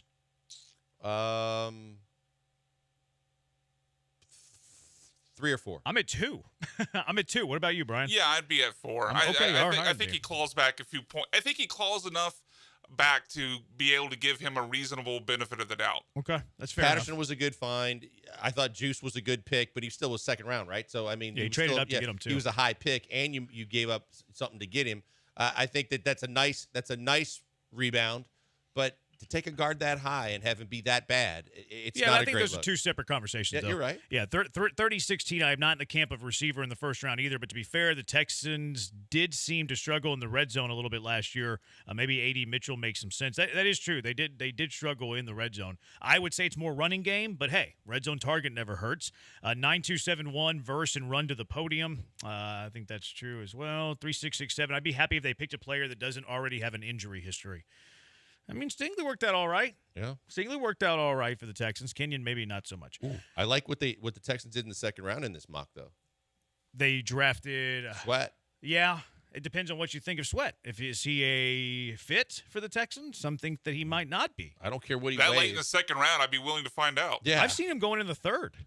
I don't care certainly what. in the third, I'd be willing to take the risk. I mean, if he misses, he misses. But Yeah, they were worried about his weight. If he can just plug I'm the not. holes and just be that big battering ram, like running people over, bull rushing people, that'd be great. D'Amico told us, and we saw it in the Ravens game, that he's worried about getting bullied in the run game on defense. I mean, certainly a 360-pound, badass like T'Vondre Sweat in the middle Watch of your that defensive mouth. line would certainly help that. I'd love help that. them improve that. Mitchell versus Fatuna Mims. The early returns, a little under 100 votes at Jeremy Branham at ESPN 97.5. Verse has the early lead, 51%. Mitchell at 21%. So That's fair. I think Verse is going to run away with this one, too. The question will be, does Verse run away with this one the same way that Murphy ran away with it yesterday?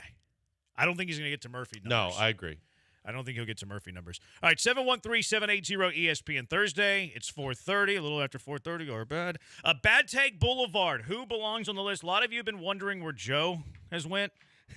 You'll hear from Joe when we come back. It's Killer Bees on ESPN 97.5 and ESPN 92.5. You know, it's a great take, though, a goal from Pro Dunk Hoops. They have the highest quality basketball goals you will ever find. You see your cheap stuff in your neighborhood, I'm sure. People never make the right decision. They buy these bad basketball goals from the big box stores, and they last like a month or two.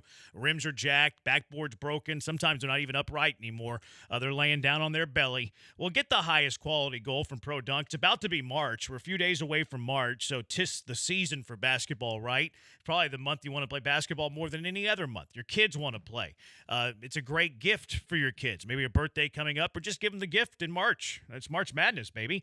The goals from Pro Dunk, tempered glass backboard, gives you that real, authentic feel that you find in the big arenas. It's got a breakaway rim. You'll need that because you can lower the goal all the way down to 5 feet, raise it up to 10 feet, anywhere in between.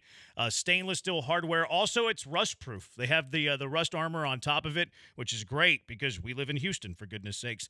Their accessories are next level. LED light kits for night play, backstop nets, pole pad lettering, and lots more. Their new goal, Thor. You can raise and lower the goals with a drill. Lightning adjust features, what they call it. Anywhere from 5 feet to 10 feet, matter of seconds. It's easy, it's fun to do, and it's idiot-proof for people like me. You can order everything, including professional installation, online. You don't have confidence that you can make this bad boy level? I believe in you, but if you don't believe in yourself, allow the pros from Pro Dunk to professionally install your goal. They'll come to your place. They'll install it to the perfect height, perfectly straight. You don't have to mess it up because the pros at Pro Dunk are going to do all of the work for you. 281-351-9822. Visit produnk.com. 281-351-9822. produnk.com.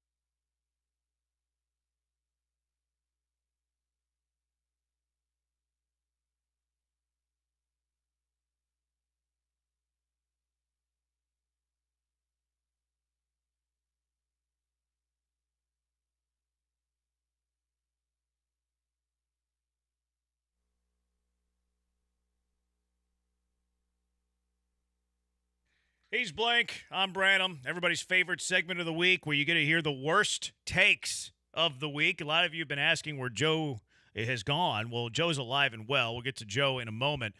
Brian, Jay Williams, you know him from ESPN. He still does basketball games. He doesn't have a radio show on with ESPN anymore, does he? I don't think so. It was a Keyshawn. Yeah, and Max Kellerman. Max, I guess Key and Keyshawn are the same after guy. Zubin.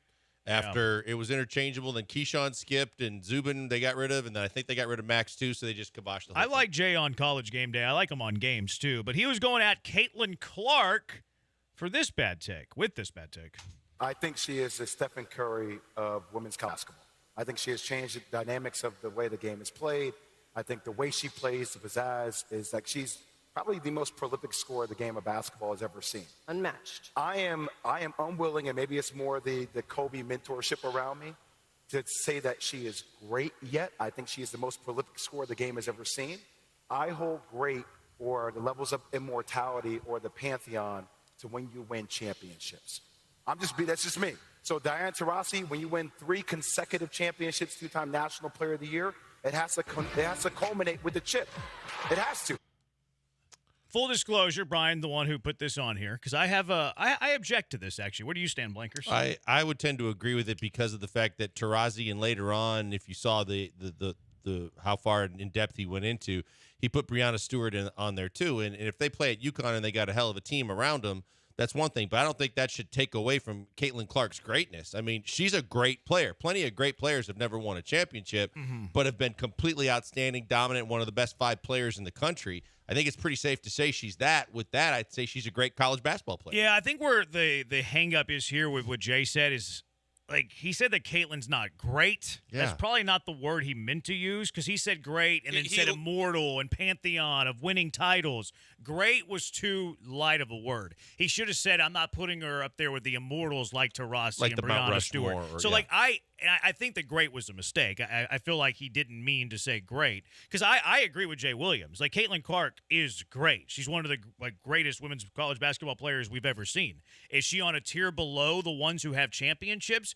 For me, who has a championship bias where I do give extra credit to the players that win titles, I don't disagree with the logic. When he said great and he said Caitlin's not great, that's where the bad taking lies. Yeah, exactly. And he did follow up later in the week and kind of move the goalpost and try to explain. He's like, well, she can't be a GOAT without a title. I think that's why he screwed up with the conversation's great. fine. Yeah. But you can't call her the Stephen Curry of women's basketball and the greatest scorer in basketball right now, and then say she's not great. Well, I think you can be a great scorer without being, like, again, an you can't immortal. be the Stephen Curry of your sport without being great. The problem was, I think he was talking more from a scoring point of view and not winning titles. Like, she probably should have said the James Harden of your sport, because, like, James Harden had scoring titles. James Harden That won would an have MVP. been that would have I'm made not his putting point James better. Harden on the upper tier. Like, so I think his argument wasn't well laid out, but I kind of get the gist and agree with the gist. Yeah, the actual terminology matters too, right? She's great. I don't Yes. think there's any denying she's great. I think it's where he screwed If you up. want to say that she is to solidify her all-time greatness, now maybe you got to win some titles. Or say she's the greatest of all time, because I don't think she's the greatest of all time. Like, yeah, I think you do need championships to be the greatest of all time. If you want to go, and if you go back, right, you go Cheryl Miller and Cynthia Cooper. They had the same thing. They had a dynasty at SC as well as their individual accolades. And then if you want to go to all the UConn greats and Sue Bird and all those players, they had the combo platter. That's why they were elevated in terms of their overall greatness for the history of their career. Yeah. Mike Tannenbaum, who, I mean, he's a real joy to talk to. Really love talking to Mike Tannenbaum. The excitement just exudes out of his pores. This is why he's doing media now and no longer a general manager in football. Yeah, I think he would actually be a great fit with New York, and here's why. Oh, my gosh. Why you want to Aaron Rodgers and Russell Wilson? Absolutely. Pay him $1 million and let him resurrect his career. I actually have experience with this. Vinny Testaverde got cut by the Baltimore Ravens. We signed him in June and went to the championship game that year. So if you're Russell They're laughing Wilson offset. and you don't get I know early, Mike. Hey, Probably but Hembo. where else is he going to go? He has to resurrect his career. Anywhere to so if you have start? to sit for a year, why not sit behind one of the greatest of all times and then be a free agent again? It's when I was reasons. Guys, where is he going to go? He's 36 years old. No one's going to hand him a starting job. Pittsburgh. He's going to have to be a Atlanta. backup somewhere. Vegas. He compared him to Vinny Testaverde. What you don't see, obviously you can't see because we're playing the audio clip, is Bart Scott at one point leans over and checks his cup to see if he has any alcohol in it. Yeah, I saw that. They were laughing offset. Oh, yeah. No, Mike Graziano got up from the desk and walked away. Like, you obviously don't hear that in this as well. He literally, as soon as he said Russell Wilson's to sign with the Jets, he got up and walked away from the desk. What a wild take. I mean, Mike is Dan's brother? Dan Tannenbaum? No, it's Dan Graziano. I'm getting BMAC on that one. He said Mike Graziano got up. Oh, did I? My bad. Yeah. That's very But, I mean, nitpicky. none of that makes sense. Like, I mean, I've obviously, why would Russell Wilson, want to play behind Aaron Rodgers when he could still start somewhere? Yeah. And why would he accept? He said, "Well, just give him $1 million." In what world is Russell Wilson signing for a $1 million contract? Now he's still got he got a lot of money still from Denver. It doesn't matter. I don't think it offsets but it, though. but there's no way in hell Russell Wilson passes up an opportunity to prove he still got it. You want to resurrect his career? Go to a team that's in completely immediate need for a quarterback. I mean, Atlanta needs a quarterback. So does Vegas. Yeah, I think he's going to be the quarterback in Pittsburgh. I think he's there gonna start in too. Pittsburgh. There too. If they don't trade for Justin Fields. Yeah, I think that Fields ends up going to Atlanta, and I'm going to say Wilson ends up in Pittsburgh. But Mike wasn't alone with bad backup quarterback takes. Our very own Joe George lands on Bad Take Boulevard again. I'll be honest. If the Colts want to take a major leap, I would trade for Justin Fields. I would trade for Justin Fields and make him your backup quarterback. And then when Anthony Richardson gets hurt, you have Justin. It's not going to happen. That's trade the bear for in you. Justin That's Fields the to bear be in a you? backup? No way. You guys think he sucks. You don't think he's a backup in But there are teams that want to make him their I starter. think It he's doesn't a matter how starter bad in the he sucks. NFL. What do you mean a Falcons, backup in Raiders, Broncos. If I was the He's a starter in Colts, the that's NFL. fine. But if I was the Colts, I would try to trade for him to make him a backup. Thank Fowler's God you're not not the gonna You're going Colts, to trade Joe. a second rounder Yep. for a backup Joe. quarterback. Yeah. You can't trade a second rounder for the backup quarterback. That's No. too much capital. Like, if you get Fields for cheap, like, obviously that would be great, but it's not going to happen. And Fields is going to be a starter in the NFL next year. Yeah, and you had Gardner Minshew, who did a whole lot of things right. So if you were going to do anything to solidify your quarterback position, you could bring him back. For Tannenbaum's take, the Jets could sign Gardner Minshew if they wanted to and try that route, but even he is probably going to get a starting job somewhere. But yeah, from the Colts' perspective, and Ballard's already done so much extra in the last several years experimenting with quarterbacks, there's no way he's going to go out and give up a second-round pick to get yet another quarterback when Richardson's your guy. Who would let that guy on air? Justin Fields, backup quarterback for the Colts. Second round pick for your backup quarterback. I'd like to be in a fantasy league with that guy. I am. Both of you are. Yeah, I am too. All right, that's it for Bad Take Boulevard. Thanks for Joe working 3 minutes this week. College football is already talking about expanding their expanded playoffs. What's the excitement of the 5+7? What are the ideas of expanding to 14? Does that make any sense? 713-780-3776. Killer Bees, ESPN 97.5 and ESPN 92.5. Guys, got a lot going on in sports right now. You got the NBA back tonight. You got college basketball seemingly every night. You've got sports galore now with golf on the weekends and soccer. And the best place to take advantage of actually making games even more interesting by putting some money down is mybookie.ag. I always tell you that because mybookie.ag takes care of their customers. They've been in business for over a decade. That means they're not going anywhere, which means neither is your money. Safe and secure. When you need it, it's there. And because we always compliment you and try to reward you for listening to us and going to them, because you listen to us and you use our promo code BET975 whenever they ask for it, you can reap the benefit of lots of bonuses. You get a friend to sign up, you get a bonus. You put money in your account that you've already set up, you get a bonus. You actually are signing up for the first time and use our code, you get a bonus. It's fantastic. And it's seemingly, yes, it's like Oprah with cars. It seems like you get a bonus, everybody gets a bonus if you use the promo code BET975. And another great advantage to using mybookie.ag is even when there's not games going on, if you want to gamble, they have live dealers standing by with casino games like blackjack and poker. It's fantastic. And it's all because you listen to us and you get tipped off to use mybookie.ag. It's like I always tell you, bet anything, anytime, anywhere. With the only place I tell you to do it, mybookie.ag. And always remember that promo code BET975.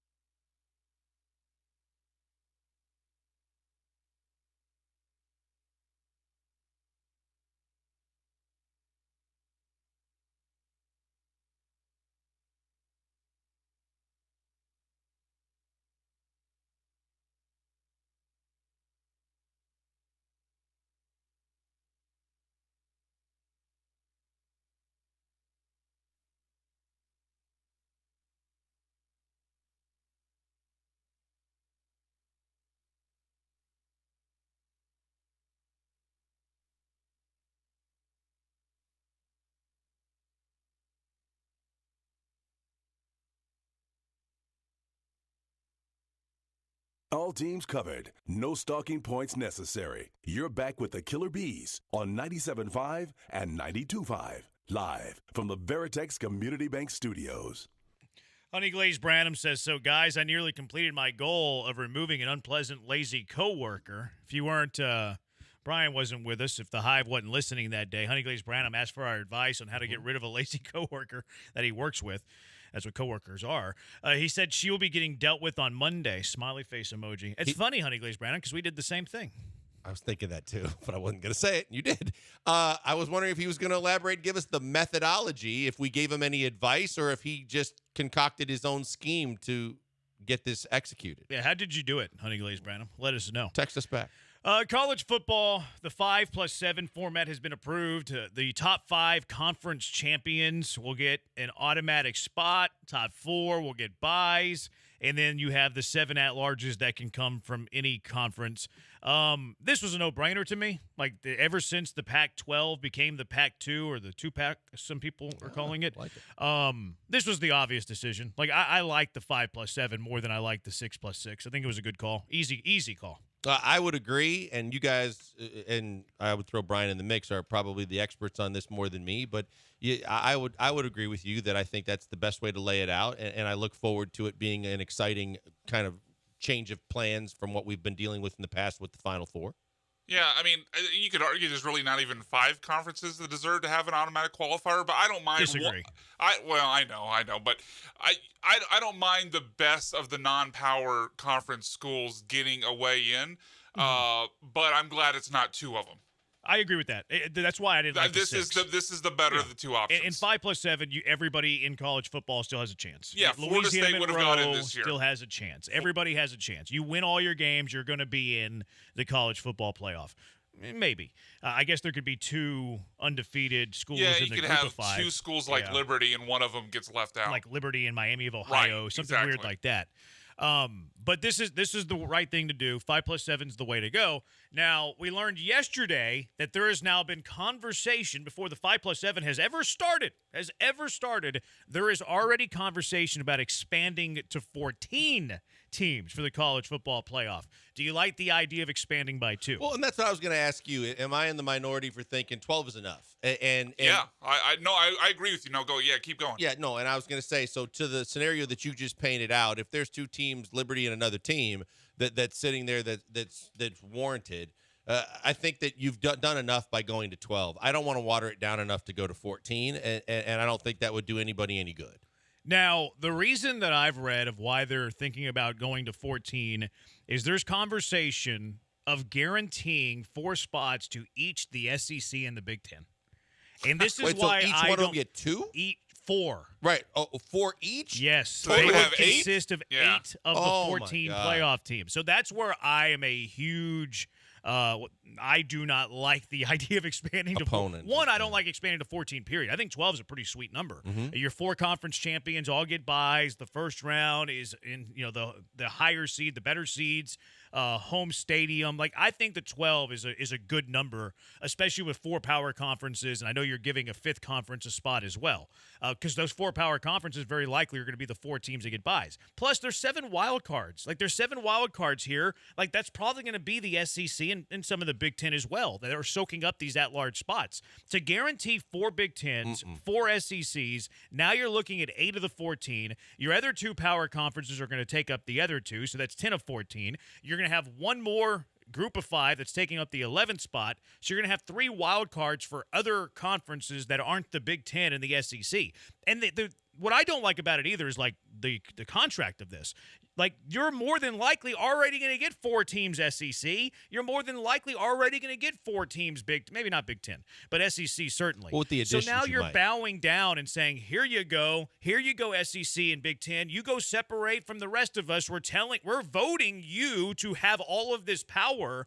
I don't like it. I don't like it at all. I don't like it either. I mean, like, if you take last year's scenario, why I thought that, if to expand it all, I wanted Georgia in the playoff just because they had the loss late. They shouldn't be punished that much or penalized. Yeah, they might have to play the first week or whatever, but they deserved a chance to still compete. And the fact that that's taken care of was the biggest thing. But you can't – I understand that, we're creating all these super conferences, but as much as, I watch Big Ten football more than you guys, and Jeremy's not a fan of the Big Ten, and I understand why. And obviously, SEC, best conference in the country. But that doesn't mean that you automatically get 4 teams, because sometimes you could get a team that the Big Ten is top heavy. We all know that. And so if you would end up getting a team like Michigan State or Iowa, and you look at it and you go, no, that's just, they're not as good as some of the other teams that were worthy of it. I don't think you should just guarantee. If they earn it, fine. But don't give them 4 and 4. It's bad across the board because, I mean, when you look at this, not only are you watering down the field some, and I was actually against the 12 when the conversation first started. I was a fan of an 8-team format, but I'm fine with 12. But not only are you watering down the field, if you're actually guaranteeing 4 spots for the Big Ten, 4 spots for the SEC, who's to say in any given year each conference has 4 teams? Yeah. That is, I mean, now in most years the SEC probably would, but not in every single year would they. And certainly the Big Ten, Michigan, Ohio State, you feel like are going to be there every year. Penn State's been close a few times, but there's no way to guarantee that these conferences, as strong and dominant as they are going to have 4 teams every single year that are worthy of being in the playoff. And now you're talking about possibly putting a team that's low in the 20s just to get that fourth SEC or that 4th Big Ten over a team from another conference that could be ranked, 5-10 spots higher. It doesn't make any sense. If you had the 14 with those caveats this year, Iowa is in the playoffs. Yeah, that's and a they problem. finished 24th. Like Michigan was number 1. Like obviously they're going to be Ohio there. State. Ohio State finished number 10. That's fine. They're in there. Penn State was 13, so they would have been on the bubble of a 14-team playoff. Like they would have been in the conversation.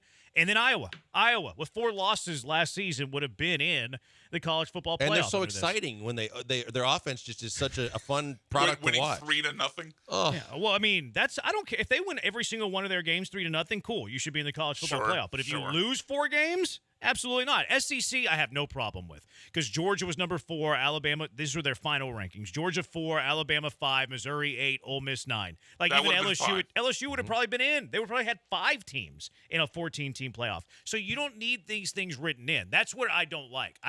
14 I can live with. I don't like it as much as 12. I like 12 more than 14. But if you're telling me more college football games with the top 14 teams in the country, okay, I can live with that. What a punishment. Like that's fine. I can live with it. The problem I have is bowing down to these other 2 conferences and be like, yeah, you can have whatever you want. Just keep us around. I can live with the SEC having 4. The big problem I have is the Big Ten. Without question. The Big Ten, to me, should not have 4 in a 14 team. If you earn it, cool. If you earn, and the possibility of earning it and being there still there. It exists. Yes. But just to be written in, the number 25 team in the country, Iowa, would have been in the college football playoff is flat out stupid. Yeah, and I have bias in the fact that I'm hopeful that the Badgers are going to be up there again, and but if they are, then earn it, right? Earn the spot. Nothing should be guaranteed just because you play in a certain conference that you should get that kind of extra special treatment. But if you earn it, then so be it. That would be fantastic. But I don't want to see the Big Ten kind of all teeterings getting in every year just because they play in the Big Ten. Go earn it. And it's the impossibility exists to earn it. 14 is ludicrous, especially with those caveats. Says 3338. 12 is plenty. 12 was always too many, says 6146. They just care about the money. 8 would have been perfect. 5 plus 3. I don't hate 8, but I mean 12's fine. I don't want 4 or 5 2-loss teams in the playoffs. I get that.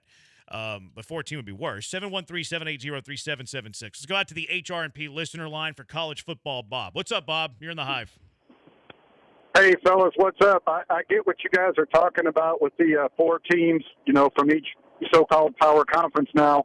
But one of the things that you didn't mention was the new teams in the Big Ten. You've got Oregon, you've got Washington, you've got USC. You've got some teams that are going to jump over the Iowas and most likely, the Michigan States and even possibly the Penn States. Mm-hmm. That's a great I'll hang up and listen. Yeah, great counterpoint. I said that earlier. Great counterpoint. With the additions that you could see with the Big Ten, that you could have, a USC or as well that could possibly do something. It shouldn't just be a foregone given to them because of the conference they play. Yeah, like go earn it. Like, and Exactly. that's a great point, Bob. I'll concede that that's a great point because now you are talking about an Oregon who would be in a 14-team playoff by merit. Same thing with Washington. Arizona is going to the Big 12, the 3rd best college football conference in the world, and the number 1 college basketball conference in the world, and the most powerful conference in any sports, the Big 12 in college basketball. But go earn it. Like, I don't need this written into the contract. And the thing that really worries me is now the fear factor of, well, we're getting everything we want. Big Ten's getting whatever they want. SEC's getting whatever they want. They're the bullies in the room. You bow down to us, or we're just going to kick you out of the union that we created. That's the thing that I'm fearful of. Yeah, because where does it stop? I mean, Exactly. you're creating a situation where it's basically just an SEC versus Big Ten challenge, to borrow something from college basketball, and not a true college football playoff. If you bow down and give them 8 of the 14 spots, eventually they're going to ask for more, and they're going to use that control, the fact that they have out of 8-14, to try to take more a bigger piece of the pie than they possibly deserve. So at some point it has to stop, and if you give in on this, they're only going to continue to ask for more. Yeah, the NCAA is scared to death right now. They'd have no control. Exactly, and they just want to keep eating because they just love getting fat and happy. Well, I mean, they have no control of the college football playoff. They never have. No, I understand, but what I'm saying is, at a certain point, you could find the SEC and the Big Ten and basically just say, we're just going to break off, create our own for football, and then leave you hanging. Yeah, that could happen. It could be with more conferences that are along for the ride. That's why these other conferences might be bound down. Hey, take us along with you. Start this new union with us. 2-3-4-1. They now have Washington, Oregon, UCLA, USC. Yes, they do, but still go earn it on the football field. 8-6-5-3. How would a tournament with 14 even work? NFL playoffs. NFL playoffs has 14 teams. They have 7 in each conference, so that's how it would work. One team. You'd have 2 brackets of 7. One team would get a bye on the left side. One team would get a bye on the right side. So that's how it would work. It would just work like the NFL playoffs. 713-780-ESPN. HRMP listener line, 713-780-3776. So apparently, I learned something today. Justin Verlander does not like being called a diva. Is he a diva, though? And is it okay if he is? 713-780-3776. Killer Bees, ESPN 97.5, ESPN 92.5.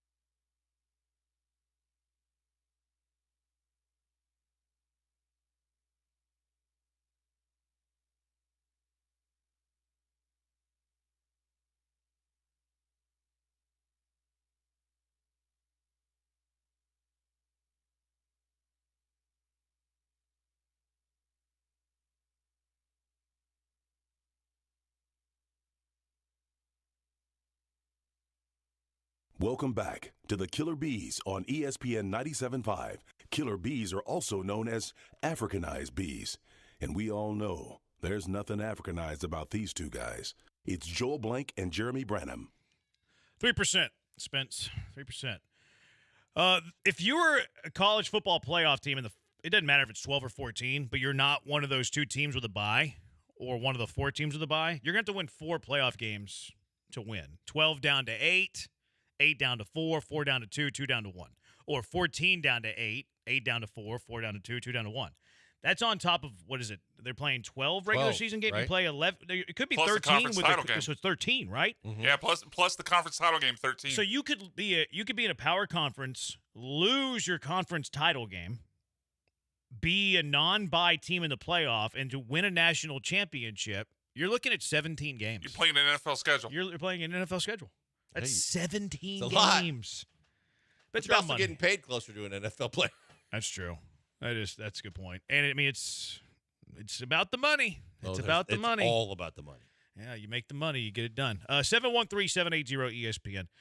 I came across this. John Heyman posted a story. He had a piece in the New York Post where he had a conversation. It looked like a one-on-one conversation with Justin Verlander, and then wrote a piece on it. Apparently, Justin Verlander is not a fan of the diva comment. Remember last year he got traded to the Astros. There was an unnamed source that said that Justin Verlander was a diva. Part of the reason that they said he was a diva was because he went to the analytics staff and said, here are some suggestions on how to be better. And the Mets, I guess, are anti-analytics. Apparently he and Scherzer are kind of tight now, so they it wasn't patched it Scherzer. up a little bit. They patched it up last year with the Mets, and they even throw together a little bit in the offseason. So that little feud and grudge that they had is no longer it doesn't exist anymore because of the time they spent in New York. But it says in the piece, the diva comment bothered him, Verlander, so much he called teammates to check. Everyone I spoke to said, JV, that's not the case. At one time, he wouldn't have cared, but obviously he does now. We've called Verlander a diva on this show a time or two because there are some things he does. He has some diva tendencies. Oh, for sure. What do you make of Verlander not happy with the diva remarks when we're talking about Verlander? He went source hunting. I mean, the fact of the matter is that he actually, most people say just ignore it, and obviously he couldn't do it, and it bothered him enough that he started calling around trying to find out who it was and actually questioning guys if it was them. So it's interesting, but I mean, divas also get sensitive. We know that. I mean, you can be both. You can be a diva and you can have your rules, but you can also be hypersensitive if people are talking bad about you. And it seems like that he said early in his career it wouldn't have bothered him. He even went so far, if you read the article, to admit that he was a bad teammate in Detroit because he was so hyper-focused on him and what he had to do, and you were either with me or against me, and he didn't have time for the BS. So I guess when you start getting to a certain point in your career, maybe that it flips a switch the wrong way when you hear those things. I don't have a problem with Verlander and how he handled his days in Detroit, though. That's fine by me. Kobe wasn't a good teammate. Jordan wasn't a great teammate. Sometimes you have to have that mentality, a Mamba mentality, where you have blinders on everybody else to where if you're going to elevate yourself to the next level, that sometimes it requires those blinders. Yeah, no, look, here's where I would say that there's a differentiation because I'm with you. There is no substitute for having that drive to want to win and hold your teammates accountable to be exactly the same thing you bring to the table every day with your work ethic and what you're trying to do should be the same as your teammates. So if your teammates are half-assing it and they're going out and getting hammered and doing things in extracurriculars where they're not giving you their best when they're on the field, then I completely agree with having an issue. Where I have an issue with the diva stuff is the way JV can sometimes treat a guy making a visit to the mound. The way we've seen Scherzer treat a manager when they just say, hey, great job, and tap him on the ass, and he turns around and says, don't ever effing do that to me again and don't touch me. Okay, that's too much for me. But where have you seen Verlander do that? I saw Verlander with Murphy.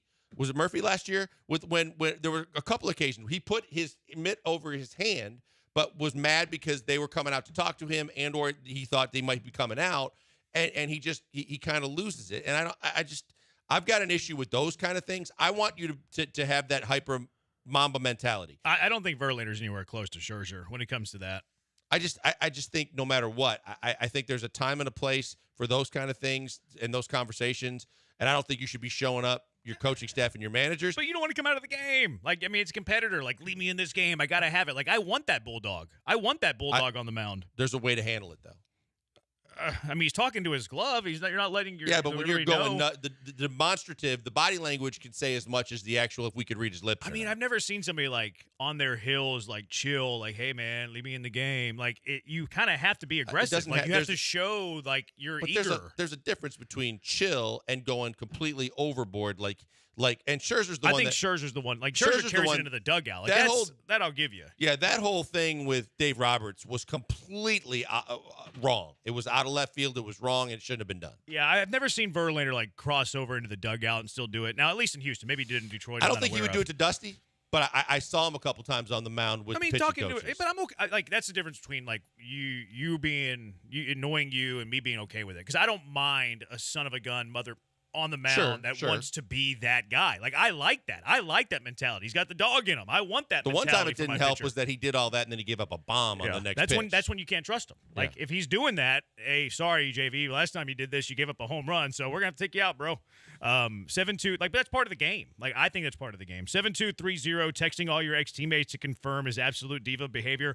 100% truthful. Like that is 100% fact. If you're trying to find out who the rat was in New York that's calling you a diva, is absolutely diva behavior and super sensitive. It is super sensitive. I push it back a little bit on the diva notion for Verlander just because I think the people that are the over-the-top, no doubt divas wouldn't care that people are calling them divas. I mean, the people who care about being called a diva are the people who don't want to be labeled a diva because they know being a diva is a bad thing. It is. I would go more sensitive than diva. Yeah, I think he's more sensitive than diva. But he does have some diva tendencies, I think. When he hangs out. Now, I mean, a lot of pitchers do this. They don't really hang out in the dugout very much.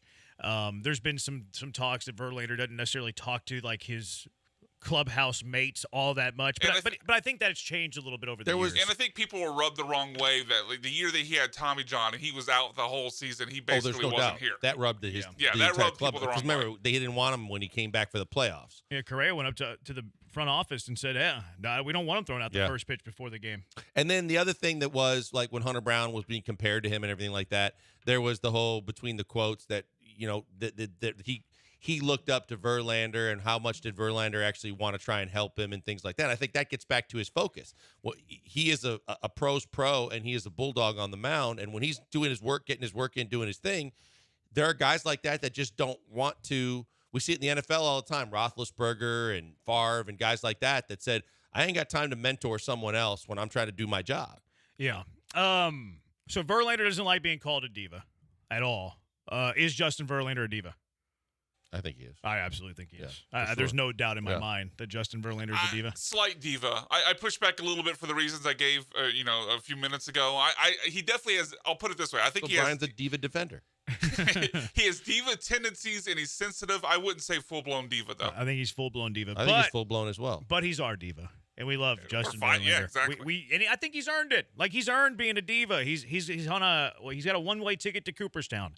I'm okay if you've earned it in professional sports and you're a future Hall of Famer if you have some diva tendencies because you've earned that. And I'm okay if the organization curries favor to that Hall of Famer. Same thing with Clemens whenever he was an Astro. Hey, you don't have to go on the road trips. You're not pitching. Cool. That's fine. You've earned it. I guess part of my pushback is, and not that Verlander doesn't have diva tendencies, but when I think diva in this town, I think James Harden, and I don't see the comparisons between Verlander and James Harden. There's lots of different ways you look at divas, though. I mean, and also a lot depends on how your teammates take it. If your teammates are accepting of the fact that, hey, you're one of the greatest of all time, he's different. He can do whatever he wants to do as long as he pitches every fifth day. Or if your teammates have an issue with it. Because you go back to, I think, Cal Ripken Jr. was the first to do it, and then Terrell Owens found out about it, and he wanted to do it too, where they stopped traveling with the team and they put in their contract, they stay at a different hotel. It has to be a suite on top of the hotel. They get a limousine to the games instead of riding with their teammates on the bus. And then you start alienating yourself from your team, and that's where it becomes a problem. 8074, do most divas make a playoff post-game speech like he did, though? I think that's capable. I think they're capable of doing it. Mm-hmm. I think a diva's capable of making a post-game speech. Timmy on the Twitter, he says, you all sound like divas on radio. He actually added us, and then 3785, pessimistic chat. I've heard both of the Bs be hypersensitive on air. Are y'all divas? I'm absolutely. I admit being hypersensitive. Are you a diva? That makes me a diva. No. I think I'm a diva, but not hypersensitive. So I think you might be the hypersensitive So one, combined, and I'm the diva. I don't one. think that Combined, might you're a be. I am. hypersensitive diva. Yeah, I don't think I'm hypersensitive, but I'm definitely a diva. I know. That's why I say Definitely. So combined, you guys are the hypersensitive Killer diva. Bees collectively are hypersensitive diva. Mm-hmm. Yeah. I would agree with that. I think that's a fair way to put it. Yeah. 713-780-ESPN. Are the Killer Bees divas? No, with what you said, though, because in Green Bay, the Favre one that I always bring up, you'd be okay with if the rest of the team had to wear a suit and tie on road trips and Favre could wear jeans and a flannel. Or if they had to go to OTAs and practice and he could shoot bow and arrow in the back of the facility. Or everybody else had to park outside in the cold, but he could park underneath in the warmth. Yeah. At a okay certain with all of point, it. you're okay with all of that. Yeah. If you're a Hall of Famer and you're winning Super Bowls and MVPs, yep, sure am. Okay. Yep. And if you I think where it becomes a problem is if your teammates, if there are guys in that locker room that are above average players that have a problem with it. Yeah, maybe that's why Verlander gets. Yeah, maybe that's why Verlander gets the label because obviously a few Astros had problems with Who him. do I see it? But Correa was the guy that had a problem with Verlander. But you're talking about the Packers and above average players. Like, do I care more about the best player on my team or an above average guy? I think it the depends best player on on my team. I think a lot of it depends on the sport. I think too. sport does matter. Yeah, for sure. And it also think matters sport who's matters. complaining. And I think that football matters more than baseball and basketball. Mm-hmm. Because I don't know why I think that, but I do think that.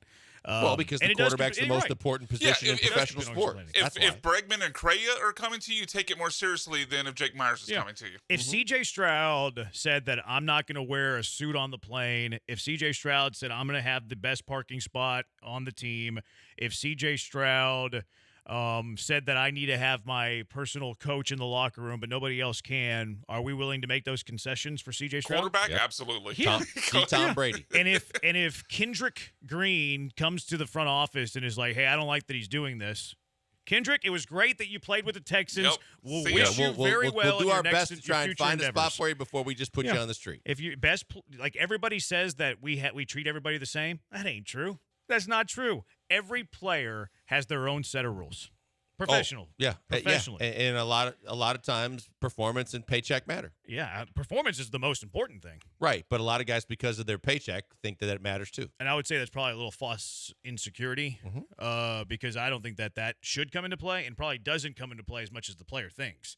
It's more about performance. Right, but they get that added sense of entitlement because of the contract. Yeah, sure. 713-780-ESPN, HRP listener line, 713-780-3776. So there's a new book coming out where a sports historian, he's not a Houston sports historian, I learned that later, a sports historian ranks the top 50 Astros of all time. You'll never believe where this guy is from, and I have some major, major issues with his rankings. It's Killer Bees on ESPN 97.5 and ESPN 92.5. Hey, before we go to the break, I want to tell you about my good friend Doc Linville. Doc Linville is a game changer. He is the best in the business at the NeoGraft procedure. If you don't know what it is, but you're losing your hair, you've got pattern baldness, thinning, you don't think there's anything you can do about it, you've thought about the sprays and the creams and the foams, but you know in your heart of hearts that's just a mask for the problem. It's not going to solve it. Check out the NeoGraft procedure. And the reason why I say check it out is because right now, as listeners to ESPN 97.5, if you go to 975hair.com and set up an appointment, it costs you nothing. It normally costs $150 for people off the street to talk to Doc and his staff. You get it for free. Go in, ask questions, get answers, figure out all the vital stats, see if it's right for you, too. It was right for me. I could not be happier. I met with Doc. He told me, hey, look, the bottom line is, you never lose your hair genetically, the sides and the back of your head, no matter how bald you go in other areas. I had no idea that was the case. Then when he explained, he takes some of those hairs that are never going anywhere and puts them where you need it, where you're lacking. Maybe it's your hairline in front like me. Maybe you got a bald spot on top and back. Regardless, the hair, he moves it, he transports it, he puts it where it needs to go. You see the results almost instantaneously. And then in 6 to 9 months, when the full results are visible, that hair gets stronger, longer. And because he took it from a spot, it's never going away. You get it, and it's going to stay with you for the rest of your life. It's a game changer. You get more self-confidence. You obviously get more coverage area and a better overall appearance. Gives you a better look and feel. It's fantastic. Go to 975hair.com, set up an appointment, tell them I sent you by, because there's nobody better at doing the NeoGraft, in my opinion, than Doc Linville and his staff. 975hair.com.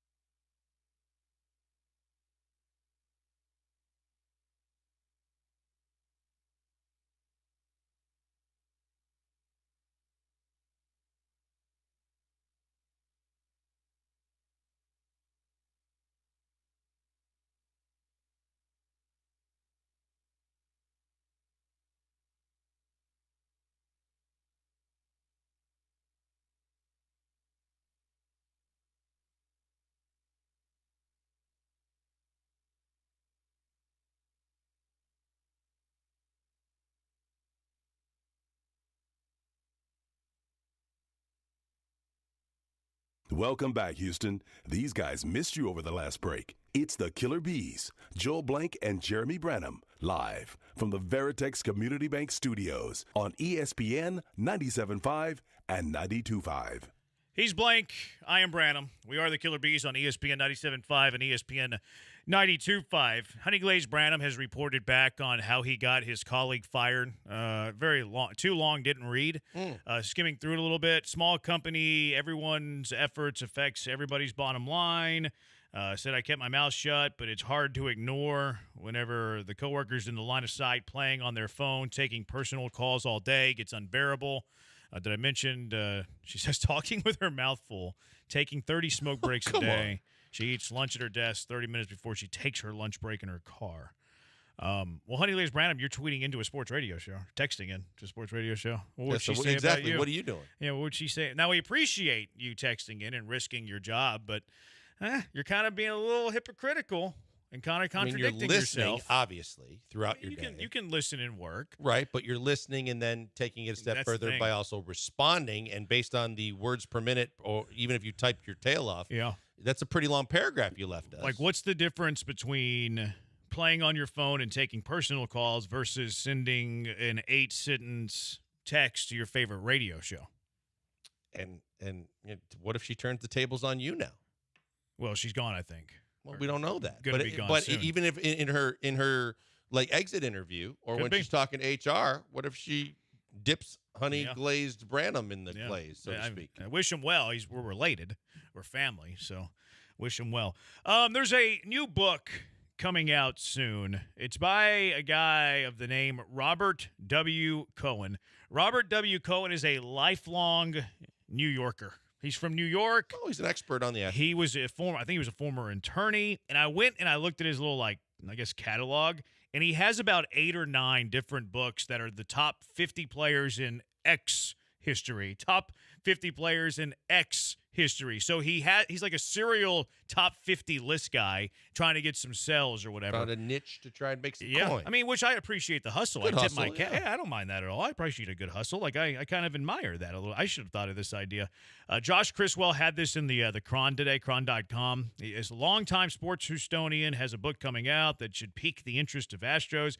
Now, the way that he put together the list was that he formulates his rankings with level of dominance with the Astros, statistics, the era they played in, and overall contributions to the organization on and off the field among the factors considered, which is tough to do, I think, for a guy who lives in New York and is a serial top 50 list kind of guy. So I don't know how he did all that. He says these rankings only account for the time period the included players spent with the Astros, which I think is fair. I think that you should do that. I will say that I have a bias towards championships. We all know this. Yes, we do. I also have a bias towards peaks. Like if you had a 3-4 year peak, I put a lot of weight in that versus like 8 years of above averageness. Like 8 years of above averageness, you might have like a higher cumulative WAR than like a 2 to 3 year peak. But that 2 to 3 year peak is really special. It helped those 2 to 3 years of the team far more than like 8 years of above averageness. Barry Sanders, Emmitt Smith kind of in this conversation. Like I think Barry Sanders was a better running back than Emmitt Smith. Emmitt Smith has the volume. I think Barry Sanders has the peak. So that's kind of where, my biases lie. His top 20, we're not going to go through all of these, but the 2 big problems that I have are actually with current Astros. One, he has Jose Altuve third. I couldn't believe that. He has Jose Altuve third behind Jeff Bagwell and Craig Biggio. And obviously, we're fans of the Killer Bees. Our show's called The Killer Bees. There's no one that should be ahead of Jose Altuve in a greatest players in Astro history list. We talked about this. We talked about it when his contract was still being discussed before it was finalized. We talked about what we kind of project is what his end game is going to be statistically, but regardless, he should end up in the Hall of Fame like the other 2. He had way more playoff success than the other 2, and there's no doubt that we both feel like he's the greatest Astro of all time. When I saw this list and saw him at number 3, I felt like I didn't even know if I wanted to look at the rest of the list because I'm like, that's the travesty right there. Yeah, that was one of the problems that I had. There's still some killer beat. Like the other day, whenever I posted on Twitter that Jose Altuve should be in a tier by himself, like in the press release when Jose Altuve signed a contract extension, they went out of their way in the Astros press release to include Jeff Bagwell and Craig Biggio. Thought it was slightly disrespectful to Jose Altuve. So I tweeted that no one belongs in the same tier as Jose Altuve, and I had some people really mad at me. I had somebody that said bad words to me on Twitter and unfollowed me because I had that opinion. But the second one that I have a problem with, Justin Verlander's 17th. Justin Verlander is the 7th starting pitcher on this list. He's behind Roy Oswalt. He's behind Joe Niekro. He's behind Mike Scott. He's behind J.R. Richard. He's behind Larry Durker. And he's behind Nolan Ryan. Obviously, those are all very good starting pitchers. In my opinion, Justin Verlander is the greatest Astros starting pitcher of all time. Again, remember, I have a championship bias, and I also have a peak bias. There's been no pitcher in this organization who's had multiple Cy Youngs with the exception of Justin Verlander. There has never been a pitcher in this organization that has anchored a pitching staff that has won 2 World Series. He's the only one that has done that. In fact, no other pitcher has anchored a World Series pitching staff other than Justin Verlander. Also, Justin Verlander has the lowest career ERA in Houston Astros history. So I have a major problem with Justin Verlander being the 7th starting pitcher when he should be first. 7th is absurd. Absurd. 7th is absurd. I disagree slightly. I would probably try to make the argument for Roy Oswalt number 1, but certainly I would have Verlander at least number 2 because, like you mentioned, it's not just like you mentioned like stat accumulating. That to me that screams Shane Reynolds, and I don't know if he popped up on this list, but Verlander's might not be in the top 50. I only saw the top 20. Yeah, I'm not exactly sure where he would fit with that, but yeah, Verlander hasn't been stat accumulating. You talked about him having the lowest ERA in team history. Obviously, his 2017 once he got here, he was the best pitcher in baseball in September and was the ALCS MVP in 2017. 2019, he won his Cy Young. He was the best pitcher in baseball other than maybe Garrett Cole. So, yeah, he's been an elite level player plus the titles. Having him 7th is crazy. That's the biggest thing, is how far down the list he is. Look, Nolan Ryan, you can say peaks and valleys, but he had such a long career. He peaked a lot. He did a lot of good things. Never won a Cy Young. But right, I was going to say he never won the hardware is what matters. Period. It's crazy. Never. It's crazy that he never won a Cy Young in his illustrious career. That's ridiculous with some of the numbers that he put up on certain seasons. But I already knew that you would have an issue with this because I already know where you put Justin Verlander in terms of being the greatest starting pitcher. And it's hard to argue with that. I think Roy O is the only one that comes into play. But again, if you just want to go in terms of, we always talk about criteria, and it's tough to figure out exactly what criteria is. Because the other thing that was kind of wonky with when you were saying how this guy kind of figured all this stuff out. Off the field, to me, first of all, if you're in New York, I don't know how you can measure this. But second of all, if you're looking at the off the field and the overall, this is just about their performances when they wore the uniform, in my opinion. Yes, it's what the criteria say, which I think it should be. Yeah. And I think that Roy O was a phenomenal pitcher, but he never won the big one, and he didn't win a Cy Young either. Yeah, I'm curious why you think Roy O belongs ahead of Verlander. Partly it is the length of the time here, but I also don't put obviously Verlander gets credit for being on the only 2 teams to win titles, but I don't put the blame for Astros teams during Oswalt's time not winning a championship on Roy Oswalt. They don't get to a World Series if he doesn't put the team on his back and win a tractor from Drayton McClain in the 2005 NLCS against the Cardinals. So Roy Oswalt, multiple 20-win seasons. I don't remember exactly where his Cy Young finishes were, but certainly he would have had several top 5s in there, or at least he should have. He's got 5. Yeah, five top fives. So top to me, five. he was inarguably one of the best pitchers of his generation, and the only reason why he doesn't have 2 titles are the people around him more so than what he did on the field. I love Roy O. He was my favorite pitcher growing up. Same. I would have him second behind JV. Look, and I would have Verlander second, so we're picking nits, but I certainly 7th is the biggest part of the problem. How often do you pick nits? I loved Roy O so much. He was so good. You had so much confidence in that guy, no matter who else was on the staff. You talked about having when a dog he took in the him. ball. Yeah, you were like, you know what, we're good tonight. He had a cow in him. He was a country boy. He was. Yeah, did he get gifted that tractor? Or did he negotiate it? Drayton McClain said he would give him a tractor if he won the game, and then that's right. he followed through for some with reason, I thought he negotiated like Odor negotiated racehorses as his bonus for signing his contract. No, that was like it felt like a kind of cuff of the moment sort of situation from Drayton, where he's like, I'll give you a tractor if you win this game, and Royale went out and Drayton's dominated. not normally very giving of extras. No, but he went out and dominated the Yeah. Cardinals in St. Louis, and he got the tractor. And to think about it, if he wasn't changing his battery, he would have never been Roy Oswald. He just changed his battery, got shocked, and then all of a sudden he's throwing 5 to 7 miles per hour harder with his fastball. This is the secret, all you parents of Little League pitchers. Okay, just go have them now. start getting under the hood, messing with the battery, putting the jumper cables together, and all of a sudden, electric right arm, 5 to 7 miles per hour with the fastball. ESPN 97.5 does not condone the words and actions of Jeremy Brown. I don't either. 713-780-ESPN. Electric stuff, huh? Electricity. It's kind of like Verlander and Scherzer now throw together on another planet. What? How is that the same? Because they throw on Jupiter. No good. No good. Jupiter, Florida. That's where they both live. Grade the joke. Okay, 713-780-3776. Oh, shut up, Electric was D-Mac. more a play on words. I guess Jupiter's a play on words too, but that might have been one of your worst. Okay, I'll take it. That joke was a black hole. It was no good. 713-780-3776. Not every day do you have the pleasure of getting a will a bit. Not every day. Some days we do it. Some days we don't. In fact, we probably don't do it more days than we do. But today you're getting a will of bit. What is the will of bit that you're getting today? Radio greatness when we come back. Killer Bees, ESPN 97.5 and ESPN 92.5. First, a moment on HRP, Human Resources and Payroll. Cougar owned by Mike Holly. Members of the Cougar 100 for the 8th year in a row. Go Cougs. You've seen the HRP sign at U of H games. Their beautiful building off the Beltway where they hang that U of H flag proudly. But business owners, let HRP help you. That's what they're really good at. Great at HR compliance, benefits administration, payroll, onboarding. They can take all of this or just one of these things, two of these things off your plate so you don't have to worry about it. HRP can help you with your business, and they're going to do it in a way that you want them to.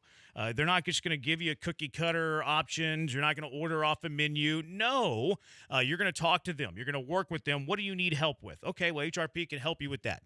Do you need help in a couple of areas? Okay, HRP can come through and help you with that as well. They are fantastic. They do it in a way that's unique, too. Technology meets service. They have the best technology. You'll love that. We use HRP here at Gal. That's no secret. I love their technology. Their interface is good. Direct deposit, all of that stuff. Very, very easy to understand and to navigate. But their service is where they'll really win you over. Guaranteed fulfillment. You'll never talk to a stranger. Anytime that you have a question, you have a concern, you'll be talking first and foremost to someone who knows you. They know your business. That's great. I have questions from time to time. You probably know that. Always get a quick response. Very helpful. Very easy to understand. Very thankful that we have HRP here at Gal Media. Give them a call right now, 281-880-6525. Let HRP customize a plan for you, 281-880-6525, or check them out at hrp.net. That's hrp.net.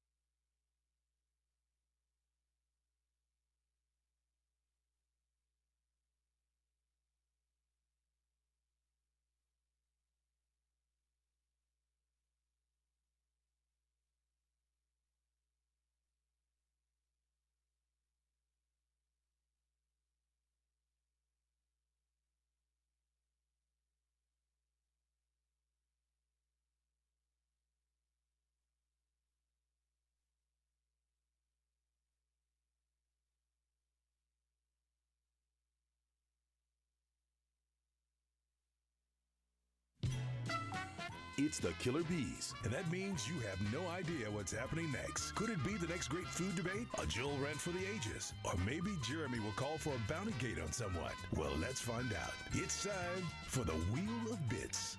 Oh my goodness, would you look at this? What an enormous spin. Let's play real take or artificial take. That might be my favorite thing that we do, is just play Bob Barker. Say, what an enormous spin, like a biggest creeper in the world. That's like Joe's reaction every time he hears the intro to Car Wreck of the Day. Yeah.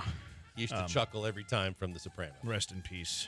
Joe texted me. He said he was offered an interview with the guy that put out that book. He didn't tell us. There you go again, Joe not relaying information. Status quo. Says there's also copies of that book in the bullpen. So I think I'm going to grab a few copies and put together a nice little fire this weekend. That's what I'm going to do. I'm going to pick one up. I'm actually going to read it. I'm always looking for something Can we start to read banning books as a station? Can we start banning books? I mean, I appreciate the guy's hustle. His list just sucks. It's a bad list. Uncle Barney also says Mike Scott at his peak was up there with Verlander at his peak. He was scuffing up the baseballs, but yeah, he was fantastic. He was scuffing them up. He was cheating his tail off, but he was really, really good. Dominant. Really, really scuffing, but he was really good. Really good. All right, what did that little British lady say?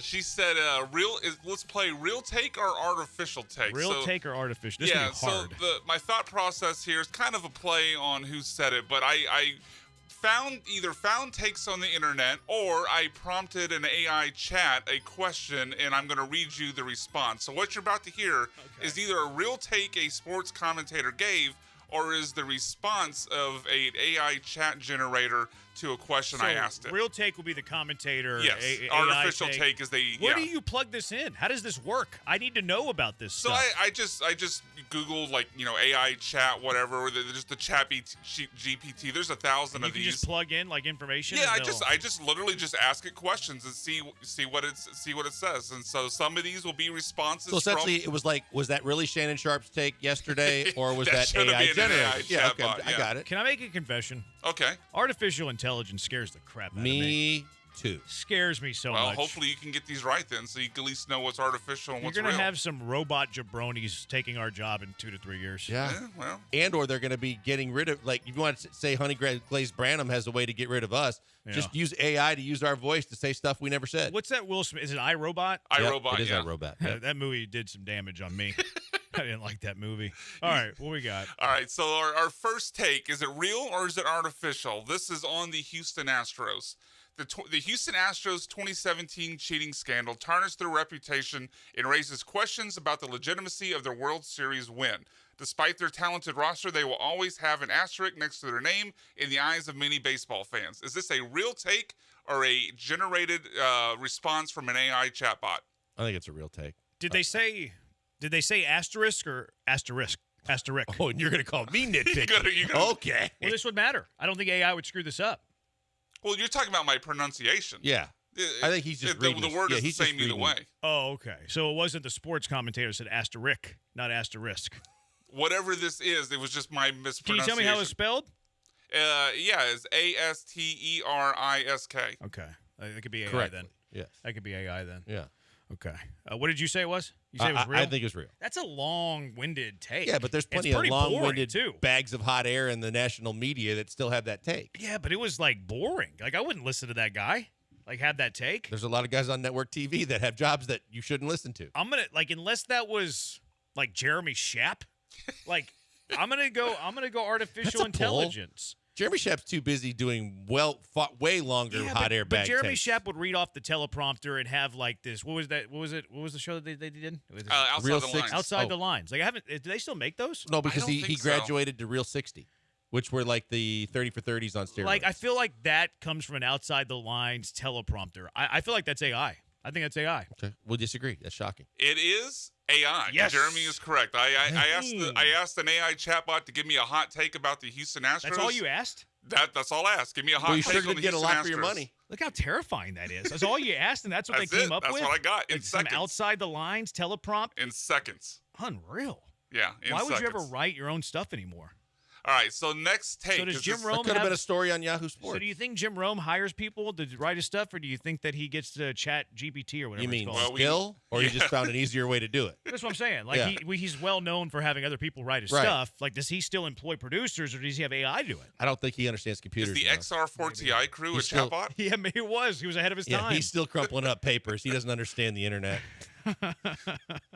All right. Next take. Is this real or artificial? It's about cheeseburgers. Oh. One of the best cheeseburgers I ever had was from a small food truck in Austin, Texas. The burger was perfectly seasoned with a juicy patty cooked to perfection. The cheese was gooey and melted just right, and the toppings were fresh and flavorful.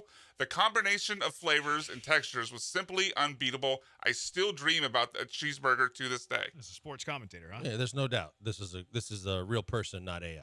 So Yeah, I'm with the real person too, because I think it got too personal. Like You're the in best agreement? cheeseburger I ever had. Where's AI eating cheeseburgers? And where's a AI generated take understanding Hold the on a second. gooiness of cheese? Here's the but is AI trained to put out things that humans are going to share?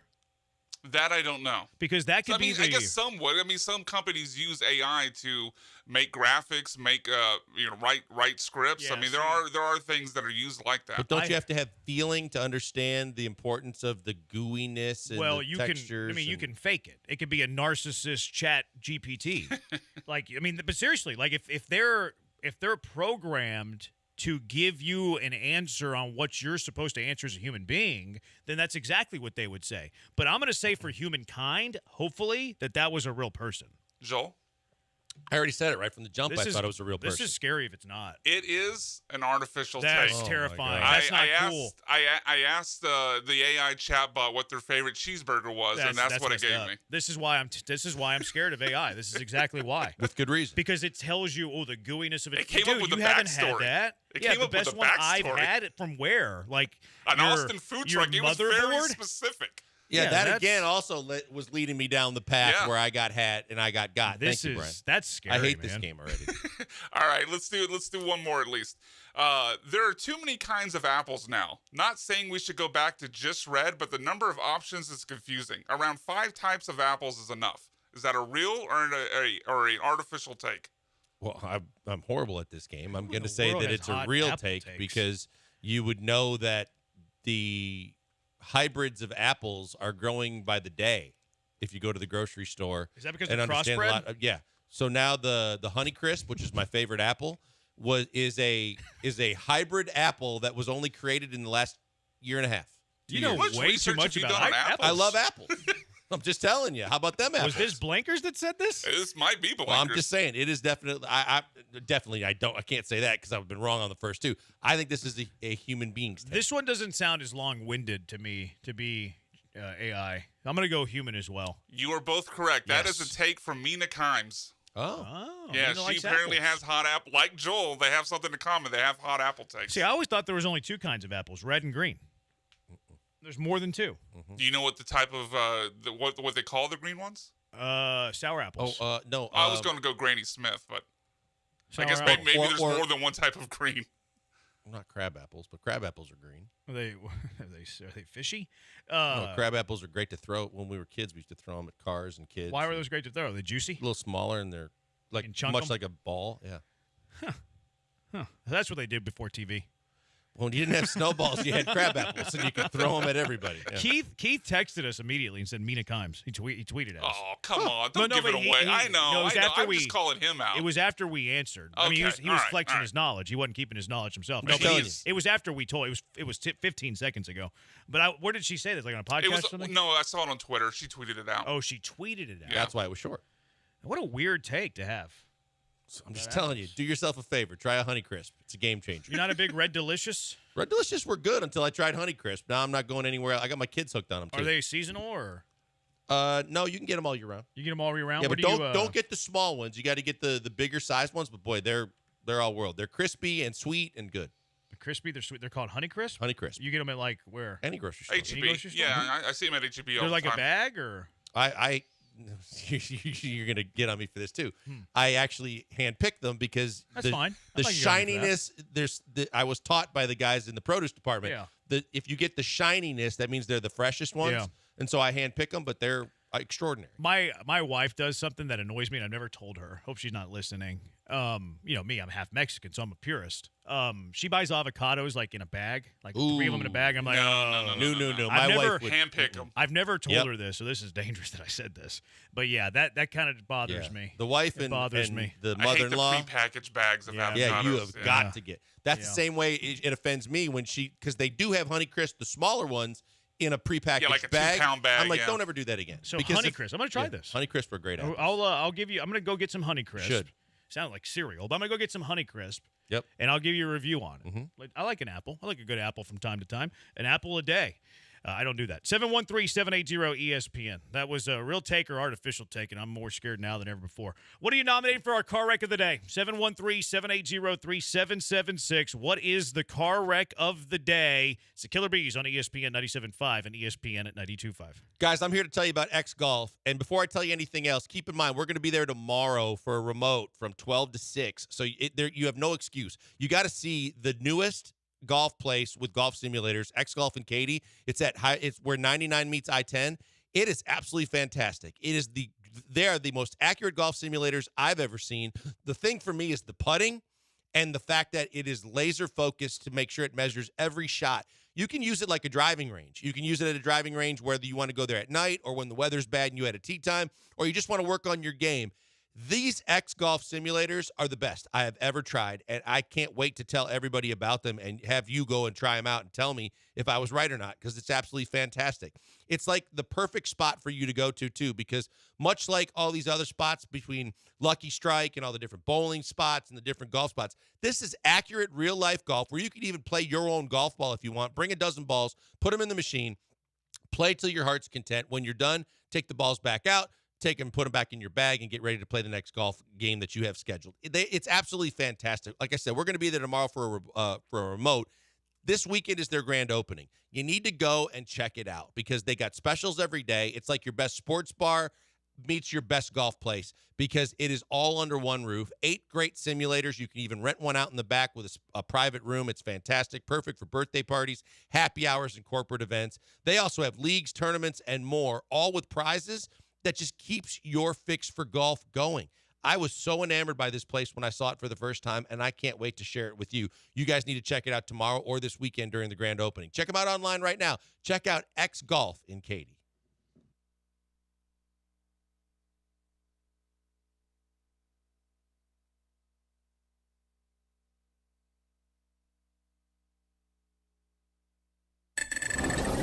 This is Ron Ansana with your market scoreboard report on ESPN 97.5. It was a record-setting day on Wall Street today as the Dow closed above 39,000 for the first time ever, while the Nasdaq gained nearly 3% and the S&P hit a new all-time high, powered all by NVIDIA's better-than-expected quarterly profits, breathing new life into the AI trade. The Dow rallied 456 points, more than 1.1% to 39,069.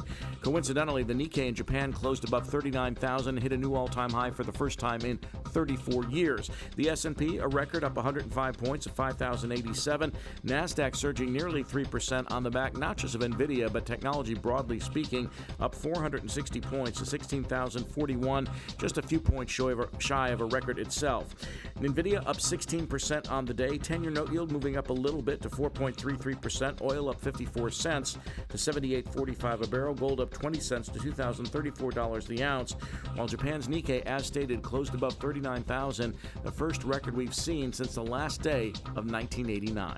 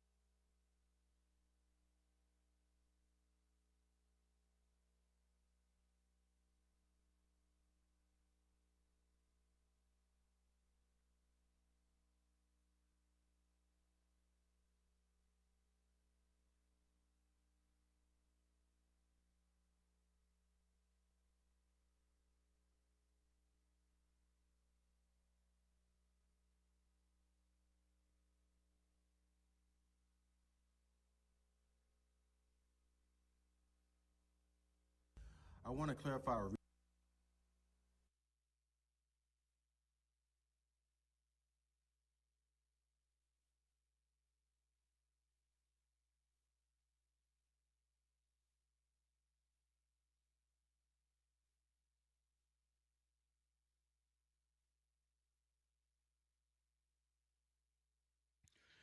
He's Blank. I'm Branham. What are you nominating for our car wreck of the day? 713-780-ESPN. HRP listener line 713-780-3776. What are you nominating for our car wreck of the day, Blankers? Your author buddy from New York that didn't have Altuve number 1 on the list. I already forgot his name. Gary Cohen? Does that sound right? Close enough. Cohen, Yeah. New York, Mets owner, bad author, collecting side hustle on bad rankings. Yeah, I admire the side hustle. He's got like 12 of these books. Yeah, That's a hell of a side hustle. Robert Cohen. You think that any of them are like bestsellers? I doubt it, but I bet you they're really easy to produce. But what are you making off of? Like Barry Warner has a book. He sells them for like $25 a pop, and I bet you like. But I mean, it's pretty. What's his cut of that? I don't know. Because you think about it, you're right. It's easier to publish a book now. Yeah. And a lot of them, it just depends. Most of them, they're not doing the hardcovers and all that stuff. Right. So the expenses are down. I just wonder if you can make some serious coin off of that many books on that many teams. Because you bet the fan base would get into it. That's what I'm saying. Like, I think it covers. I think it's a pretty good pool for people to buy. Like, I bet you he does all right. I bet you he's fine.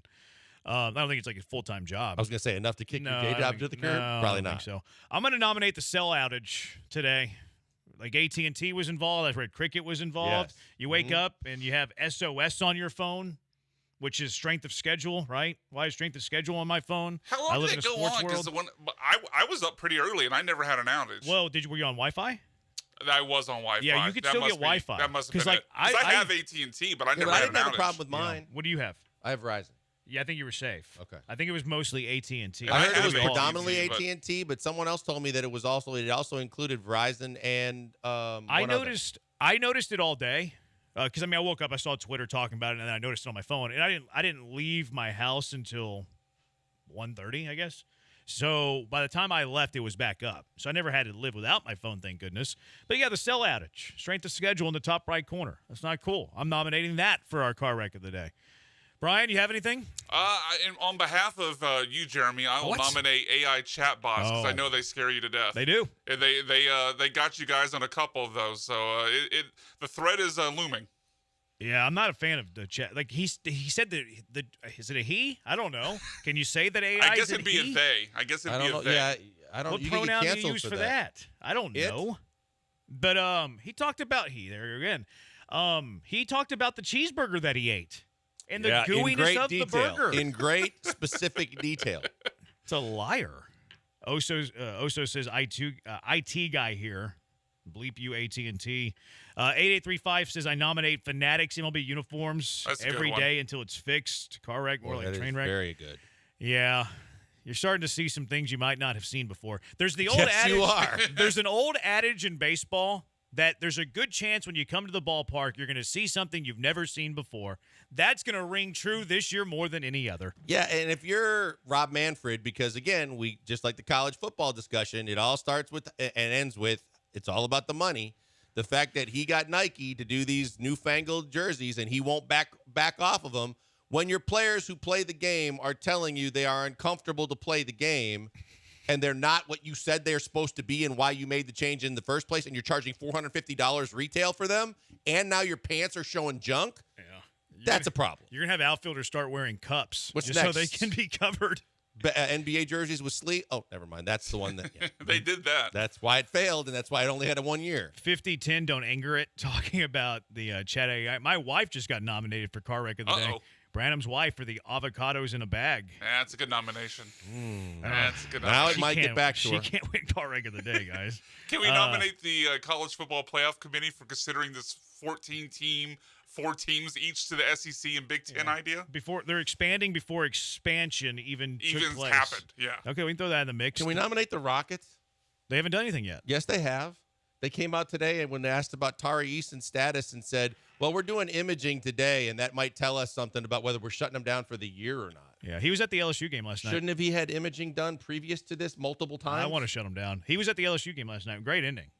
in that LSU Yeah, they game. beat Kentucky, right? Yeah, great ending. Kentucky came down, Dillingham looked really good, hit a bucket, and then LSU came back. They got blocked. They were down one. Shot got blocked. It's falling out of bounds. LSU player jumps in the air, saves it, just throws it towards the hoop.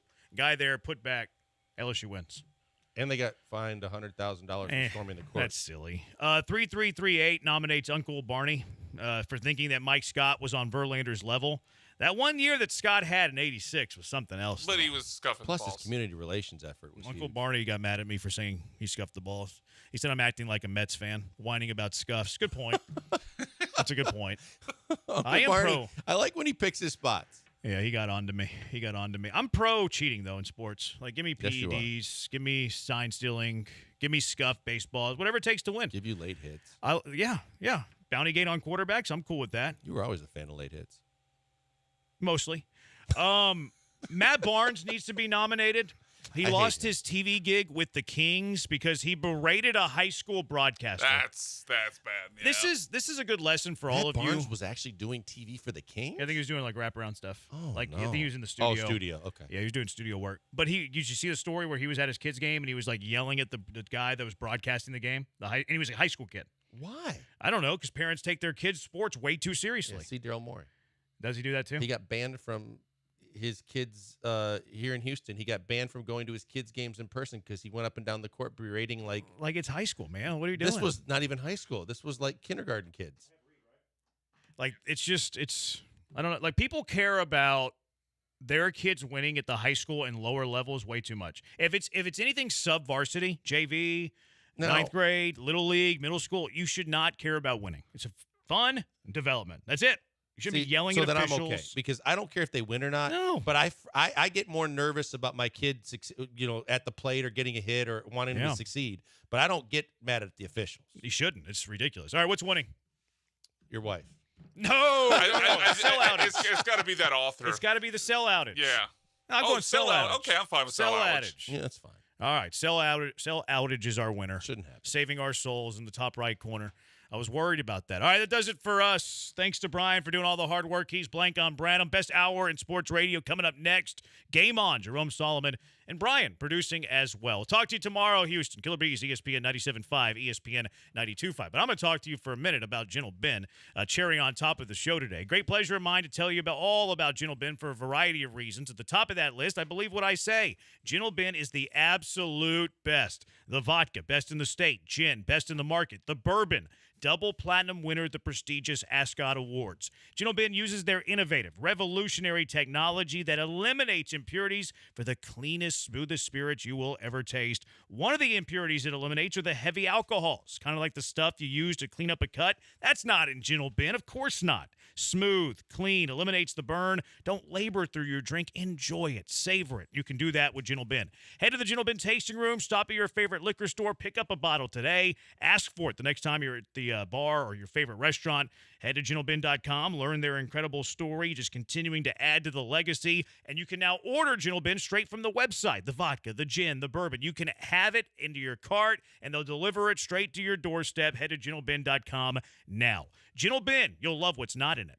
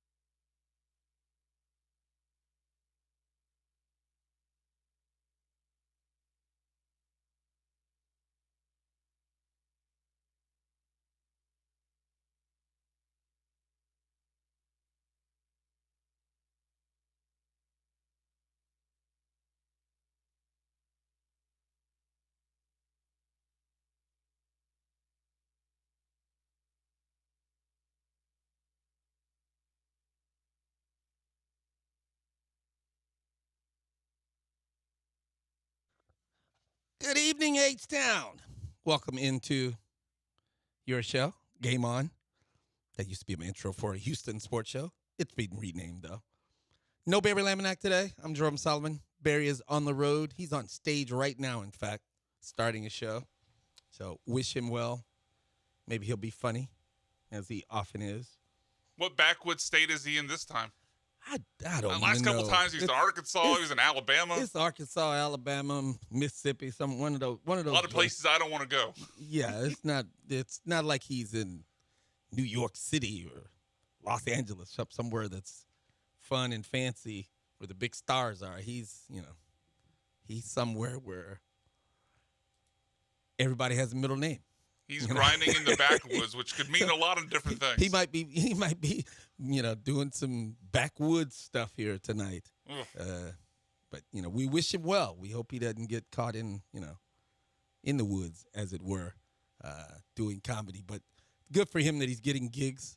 There was a good stretch of time, especially during the pandemic, where comedians couldn't get out on the road, so they were stuck a little bit.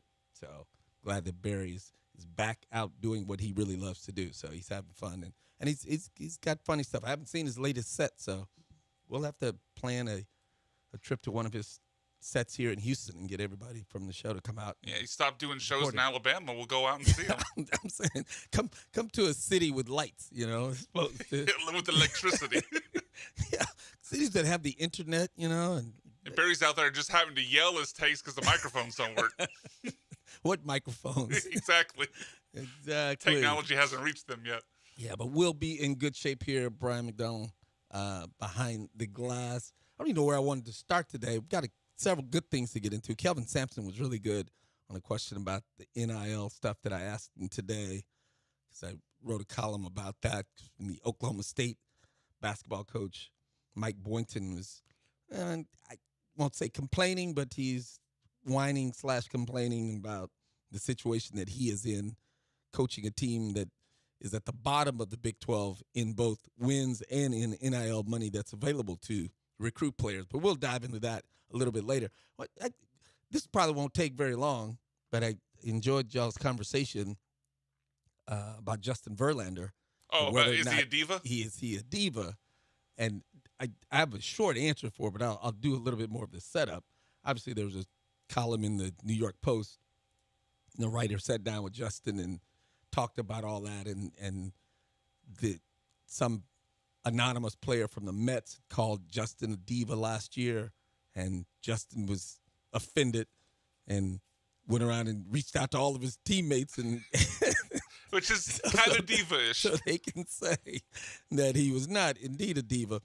My answer to whether or not he's a diva is, I think y'all answered it in your discussion. If you have to discuss it, he's not a diva. Yeah, a diva is automatic. You don't. There's no debate. If somebody's a diva, everybody knows that person is. Not a diva. only that, but like the biggest divas, they don't care that they're a diva. They're proud of that fact. That's what they are. They wouldn't care to call their teammates and figure it out. That's what makes them a diva. Right. Like they don't care about their teammates. Now, Verlander didn't used to care much about his teammates. He cares more now. But in his younger days in his career, he didn't get along too well with teammates, and even like Max Scherzer when he was with the Tigers back then. But people get confused, and some people may think it's semantics, but it's not semantics. Verlander's not a diva. He's just really full of himself. Yeah, I can definitely see that. He is completely full of himself, and that's just the way that it is. And in that column, actually, I have to pull it up. He had a couple things that shows you how full of himself he is. But like he said, he didn't get along with his teammates in his younger days in Detroit. And part of that was because, he had blinders on like a horse race. He knew where he was going. He didn't say it, but he's like, I'm going to the Hall of Fame. I'm better than y'all. So I don't have time to be messing around, Yeah, I mean, you having can fun with you guys. I'm focused. You can be me first, but not a diva. Yeah. I think there's like me first just means you're focusing on yourself, but diva's more about how you treat everyone else around you. Diva's like, the world is supposed to get out of my way. Right. A person who's full of himself is like, I don't need the world to get out of my way. I'm going to push y'all out of my way because I know where I'm going. And that column ended with the ultimate sign of a guy who is totally full of himself. So he talked before in his career about pitching until he's 45 years old. Right. Now he's stopped putting a number on it because he's like, and 45 would be 1 year younger than Nolan Ryan, who's one of his, idols. Nolan pitched to, he's 46. And so Justin said, Nolan showed what can be done by a power pitcher. Right? The writer said, yeah, but Nolan was 1 in a billion. And Justin said, so am I. He's not helping his case. But I still don't think he's a diva. That's a man who's full of himself. He's definitely full of himself. But he's earned it. Like, I don't even mind it. I think that was mostly Jeremy's point about it. Like, most people that get to Verlander's level at some point are going to have to be a little selfish. They get there by being kind of a me-first guy, and hopefully they adapt over time, especially in a team sport, because you gotta play well with others to get to where you want to go. But I don't think you get to that level without having a little selfishness and a little me-first in you. Yeah, some of that for sure. One of the things I've always debated with people who criticize athletes for their actions off the court or field or whatever, I'm like, well, it depends on the action. If they're not harming anybody or doing anything, why would you criticize how they carry themselves if they're not doing anything to anyone else? And a perfect example of that would be Kevin Durant. There's some discussion of him today about whether he's the leader and all that. But everybody just automatically jumps in line. Well, man, this guy needs to do better on social media. Why is he wasting time? It would be different if he were going out. He gets on Twitter, X or whatever, and he's on late at night, and then he goes out and scores 10 points the next day. You're like, okay, this clearly was affecting him. Sure. But his sensitivity to that type of stuff obviously makes him a great basketball player. It's his chip on the shoulder. It's the chip on his shoulder. Right. So, yeah, it's part of what drives him. Like not everyone's motivated by the same factor. Some people want the gold jacket. Some people want just the fame and notoriety, and some people love to prove people wrong. I mean, look at Michael Jordan. I mean, look at that entire Last Dance documentary where he's reading other people's comments and talking about other people who slighted him. It was in his Hall of Fame speech where he calls out people who had wronged him during his career. He just won't let it go. He won't let it go 20, 30 years later. So Durant's kind of that ilk, and I don't have a problem with it. Whatever it takes you to get to that level, as long as it's not hurting other people, then do it. Yeah, and that's the thing. It doesn't hurt anybody, and clearly that particular motivation helps his game. And you would go, why do you care what some random person on the internet says to you? You're Kevin Durant. And like, well, the reason he is Kevin Durant is because he cares about It's what gets him out to the gym to shoot the jump shots, work on his game. There are a lot of people who all they care about is you gave a list of reasons some guys care. Then there are others who just care strictly about the paycheck. That too, sure. And they're fine with it. And those guys, generally speaking, don't perform as well because they know the check's coming. Yeah. Shout out to Anthony Rendon. He's been in the news this week. It's like, hey, I'm in it for the money, baby. I don't have and we just assume, or it's easy to assume, that when you're as talented as these athletes are, and all of them that get to the professional level, extremely talented, you just assume, well, as talented as you are, as good of a baseball, basketball, football player that you are, you must really love the game. Like, well, no, I'm just really good at it. I'm bigger and faster than some other people. Some guys see it as a way out. Some guys may have started out loving it, but just burned out, doing it for 20, 30 years. So, I mean, as long as they perform, who cares? I mean, well, that's does the it thing. matter? Like, it depends on some people. You set, and this goes into some psychology of it, but you set a goal, and a lot of people, their goal, like you say, is to get out. So Kwame Brown, his goal was to get out of that I don't have any shoes poverty that he grew up in the backwoods in the South. And he got out. He's the #1 overall draft pick, got paid, got another big contract. He got out. His goal wasn't to be the best basketball player of all time. His goal wasn't to be a Hall of Famer. It was to get out and to get some shoes. Because he grew up without priorities shoes. A little bit different, yeah. You know what I'm saying? Whereas Michael Jordan was like, no, I want my own shoes.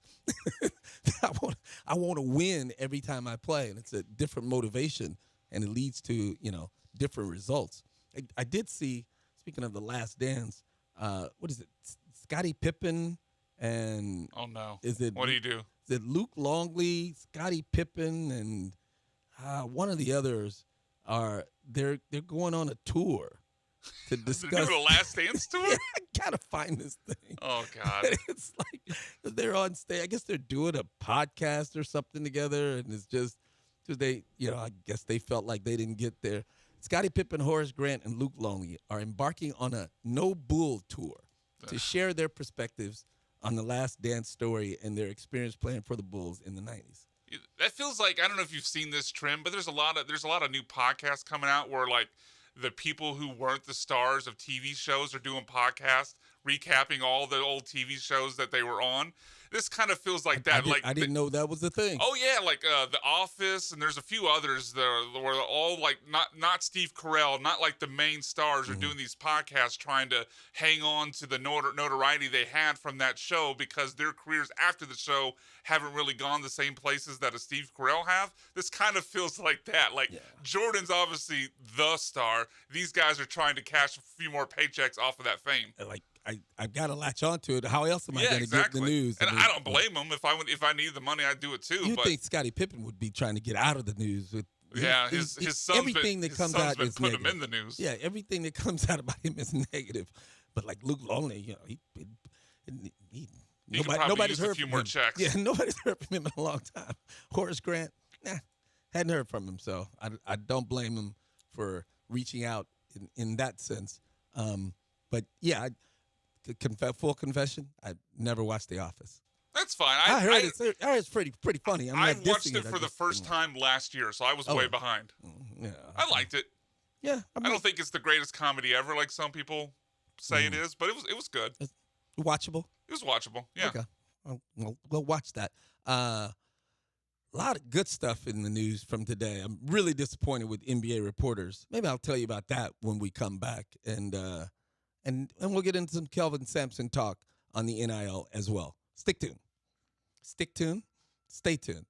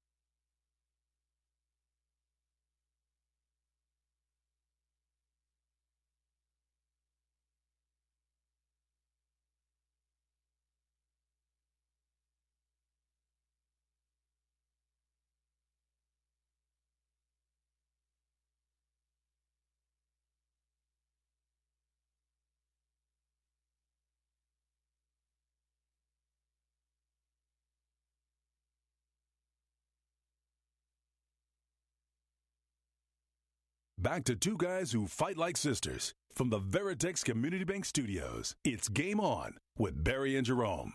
Brought to you by Big Star Cadillac, Blitzed, and Kroger. We brought it up a couple weeks ago when it happened. Isaiah Stewart and Drew Eubanks got into it before a game, and now the NBA came out with the ruling giving Isaiah Stewart a 3-game suspension. Apparently, there's a video that everyone has seen involved in the case anyway, including the Phoenix police. But they're not going to go forward with charges because Eubanks no longer desires prosecution at this time. Very disappointing in the reporting still, because two guys from opposing teams get into a fight before a game outside the stadium. There has to be a reason for this. Yeah, it's amazing that this. When did this first happen? Like 3 weeks ago? Yeah, Is that what you it's said? been a minute. Yeah. How do we not know? I guess we don't know a reason because the two guys aren't telling us. But like, I figured somebody would have information Their teammates somewhere. have to know. Right. So that's what I'm saying. When clearly each of them have told their teammates why they did it. They told their general manager, their assistant coaches, the head coach, the whole team. All of those people know, and nobody's leaked it. It's kind of impressive, At though. least In a one world of where them- everything leaks, it's kind of impressive that it hasn't gotten out. It's amazing. But one of them has to look good in this, right? Sure. So, I guess it's possible they're both bad, but Yeah, but you raise an interesting point, though. If someone's in the right, wouldn't you think the person in the right would say, "Hey, man, I'm in the right"? I would leak that myself. Right, I want to make sure I get that out there. Or you tell your brother to tell people or something. I don't understand. Hey, look, man, this guy did has to be this. a He woman. got what he had coming to him. Has to be a woman. Probably. But apparently Isaiah Stewart dropped his bag, punched the guy, didn't do any damage, punched him in the face, but didn't draw blood or anything. And from people who, one of the reports of someone who's seen the video, he barely moved, barely flinched after getting hit. Sounds like he has a hell of a chin. Yeah, see, but he got that. He leaked that part out. Right. I took the punch. Wasn't that, That looks good for him, so he leaked it out. But why did he punch you? Which means he was. What was her name? If he's willing to leak that part out because he looks good, that might tell us that he's in the wrong in this situation. That's why that hasn't come He out. didn't want to lick that. Yeah, he didn't want to do the other part. And if you're Isaiah Stewart, one, you look weak because you hit the guy and didn't do any damage. And then if you hit him because he took your woman, you look even weaker. So you wouldn't want to spread. There's no win there. There's no win there because not only that, but if you put out the reason that it stays in the news cycle longer, maybe the suspension is even longer if it's in the news cycle longer. Yeah. He probably thinks he has no motivation to tell us what it is. Yeah, I venture to say that. But you're right. It has to be a woman. Yeah, I venture to say in the history of this radio station, Isaiah Stewart, who's been in the league now for 4 years, his name's never come up on 97.5. I think this is the most he's been talked until about he in Houston. punched somebody. Yeah. So he's not getting no love for his basketball play or anything along those lines, but much more for this. So yeah, you're probably right. He wants to let that go ahead and bury itself and not come back. Speaking of comeback, did you see the news on Matt Ariza? No, what happened? The punt god, as Oh, he yeah, was yeah, called. yeah. He signed with the Chiefs, right? Yeah, yeah. The Chiefs signed him, so he'll. So they saying everything's good then? Yeah, I mean, it wasn't as clear cut as people have made it out to be, especially I'll just call them rape apologists. Because they're always looking for a reason to say that somebody didn't commit rape as opposed to. Yeah, there's definitely those fans. Yeah, and it's like A lot of root for Cleveland. What's the rush? These are massages. So, yeah, it wasn't as clear cut as they made it out to be. He did some scandalous things on the night, but he probably wasn't a sexual predator as it looked like when he got cut so quickly by the Bills when he clearly was going to be a starting punter and have a career in the league. He hadn't played in a couple of years, so now he's signed with the Chiefs, so he'll have. It's an good interesting off-season heat check chance by the Chiefs.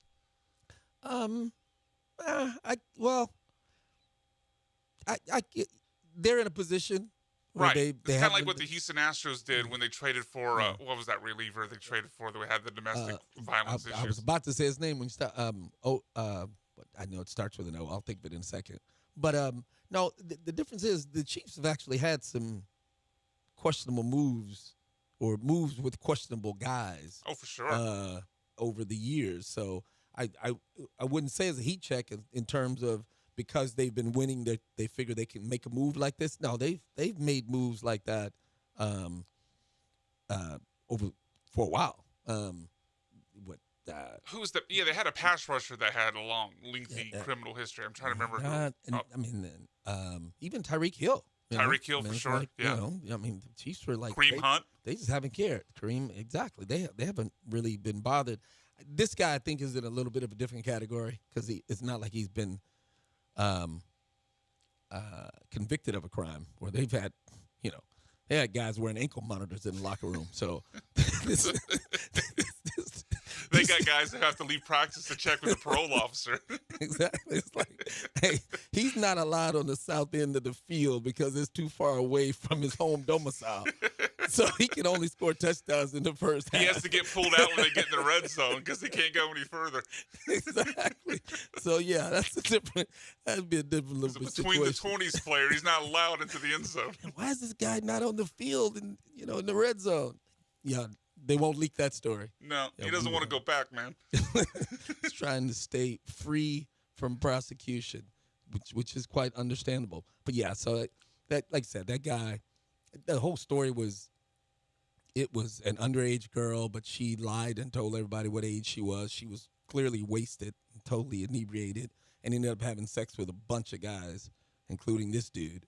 But, he said it wasn't rape, and she'd made it seem like it was, and it was still a little iffy, even after it. Yeah, alcohol. Even makes after it came out that she lied about a few things, that didn't mean.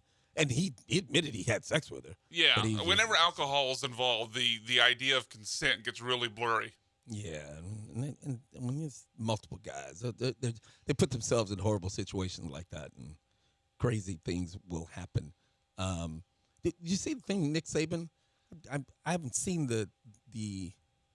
is any depth to it at all, but Nick Saban wants to be like, I don't know if he wants to be the czar of college football. And I saw the headline. I haven't dug too far into it. Like, I know he's had. I remember when there was a point in time. I can't remember exactly when it was. Probably 5-6 years ago. Actually, maybe even further back, because I think it was around the time Johnny Manziel was in college football. Mm-hmm. But I remember he had a lot of hot takes on like the tempo of play and it being a player's safety concern. So as many opinions because he didn't want have that guy. Yeah, because it was working against his defense. It was definitely a little self-serving. Maybe Nick Saban's a diva, self-serving.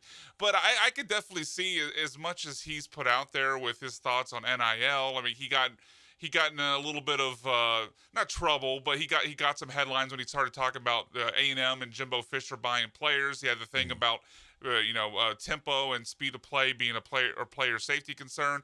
So I could see, with as much as he's said about those sort of things, him wanting to have a hand in shaping the rules of college football.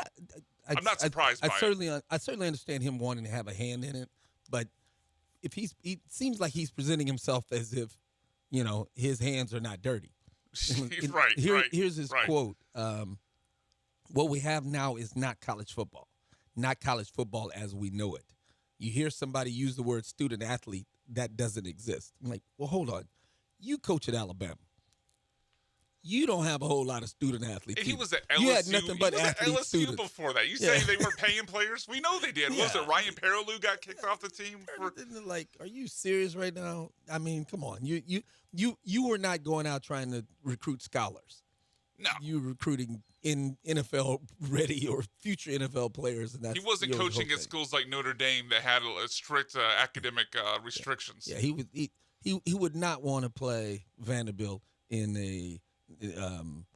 any kind of academic exercise. Academic decathlon or something like that. The Crimson Tide would get rolled, to put it mildly. I see what you did there. Nicely done. Yeah, I was kind of smooth with that one. Yeah. 713-780-ESPN is your number, 713-780-3776. I did want to ask this, so I want you guys to weigh in on it. If you can, hit me. We're having a discussion on the Sports Saturday night, CW39 at 9:30. What venue in Houston is the best place to watch a sporting event. What venue in Houston is the best place to watch a sporting event? I have a strong opinion on that one. I was surprised at Barry's answer to that when we discussed it immediately, but I'm curious to what you all think. And I'm talking all of them. Could be high school, could be professional, college, whatever. From top to bottom, tell me your favorite place to watch a game. And we'll get into that and some college basketball when we come back.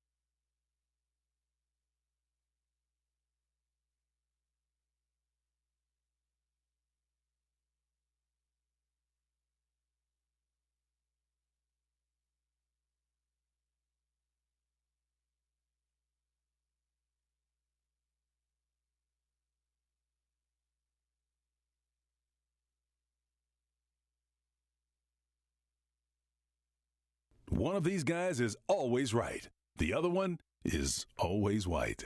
It's Game On, live from the Veritex Community Bank Studios. Brought to you by Big Star Cadillac, Blitzed, and Kroger. Welcome back in the Game On. Jerome Solomon here. Barry is out. 713-780-ESPN is your number. 713-780-3776. Let's go where we left off here. As I said, we're going to discuss it on Sports Saturday on CW39, Saturday night at 9:30. The best venue to watch a sporting event in Houston. I think it's pretty clear, and I'm not being a prisoner of the moment, but basically from day one, when the Fertitta Center opened, Kelvin Sampson had his team ready to go. I mean, he'd been there for a few years, and it built them up, and the Cougars at home, it's not just they're dominant. It's the place is packed. The crowd is really into it. It's a smart crowd. They, one of the players from UT, they played Texas Saturday, beat them down mercilessly, then beat up on Iowa State Monday night. But one of the Texas players said, and yeah, the crowd, they cheer for them when they make defensive plays, so it's a smart crowd. They know what they're doing. And I'm like, yeah, that's a sign of an intelligent crowd. They cheer harder for defensive plays than they do for made buckets. It's because they know what kind of team they have. So, the kid even mentioned, yeah, they're cheering for loose balls, guys diving on the floor. And that's what they do because Kelvin Sampson teaches that. He doesn't just teach toughness. We talk about them being tough. As he said Saturday, he's like, it's more than just tough. It's about competing for everything, and it's not about diving on the floor for loose balls. It's be the first person to dive on the floor for a loose ball. That means you're competing for it and you're trying to win that race to the floor. And the Cougars do that better than anyone. So I think Fertitta Center, it just rocks. I mean, the pregame is pretty cool. It's a little over the top, some of it. Takes too long for the introduction. But when they're playing South Side and everybody's got their flashlight on their cell phones up and the place is rocking, it's the best atmosphere out there. Yeah, it's really good, and I do typically enjoy kind of the smaller venues. Like, I mean, obviously, I'm sure the people who went to the Browns playoff game for the Texans had a fun time. But in general, I don't generally like going to stadiums that big. Like, and I'm not a huge soccer fan, but I've really enjoyed the games I've gone to at Shell Energy Stadium. I thought that's a place where every seat you feel like you're in the action. Every view is good. And I also, like you mentioned, the Cougars. Fertitta Center is a good answer, but their football stadium is really good too. Not only to watch Cougar games, but when the Roughnecks were here and undefeated before COVID, Right. I went to some of those games, and it was a great experience. Yeah, the stadium is good. The Cougars haven't been good. Dana Holgerson gave you nothing. Didn't give you much to root for, and that plays a part in it. I mean, it's and that place doesn't sell out. I mean, it's TDCU would be a perfect stadium if they were selling out and the place was rocking like it should be. Then yeah, you'd be all in, and I'm expecting that to start happening here with the new head coach coming in. And I mean, Willie Fritz is just, I think he's that good and going to be that good and going to have this program really, really smoking. And with Texas and Oklahoma out of the way, it's a little easier. That doesn't hurt. A little easier to get to the top yeah. of the Big 12, so that won't be a problem either. But yeah, I like that venue, and it's the same with the Dynamo. I mean, the stadium, it's Shell Energy now. Nice stadium, not a bad seat in the house.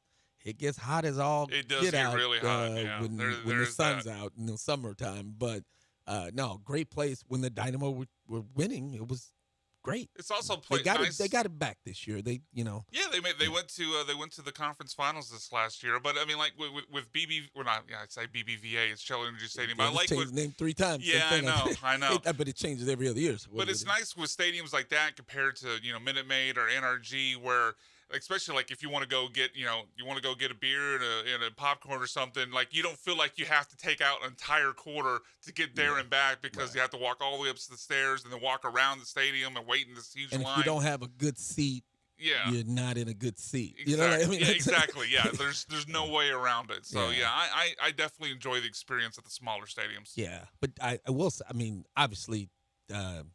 NRG Stadium, I mean, that place. It's great. That place gets really loud. It's amazing. It's loud when it's not even full. If you're ever there, like an hour before the game and the opposing team runs out there and the fans boo or the Texans run out and fans cheer, I mean, it's not even 1/10 full, but it's loud. So the acoustics in there are pretty impressive the way that it's set up. And then when it's sold out and it's packed, and for a playoff game, as we've seen against the Browns, I mean, the place just goes nuts. Oh, yeah, that was a great app. Despite what I don't know if you saw this clip. Did you see that clip of the Cleveland Sports Guide? They had a TV show, and they started talking about how it was artificial noise and it wasn't full. And there are videos all over the internet where you could see every seat taken. Yeah. There's no empty seat in that, or not an empty seat in the house. Yeah, and they're all talking about their artificial noise and piping in noise because the stands weren't full. It was just nonsense. No, that one was easy to push back on because there's video. Because it's clear. It's on TV and people there. TV, man. And everybody that's there, we've been there when it wasn't full. Right. We know the difference. The last few seasons. We know when people show up and are at the game, and it's so that I don't know. He was just upset. Like some of those guys, they get so into their team that it's hard for them to focus. I was on with the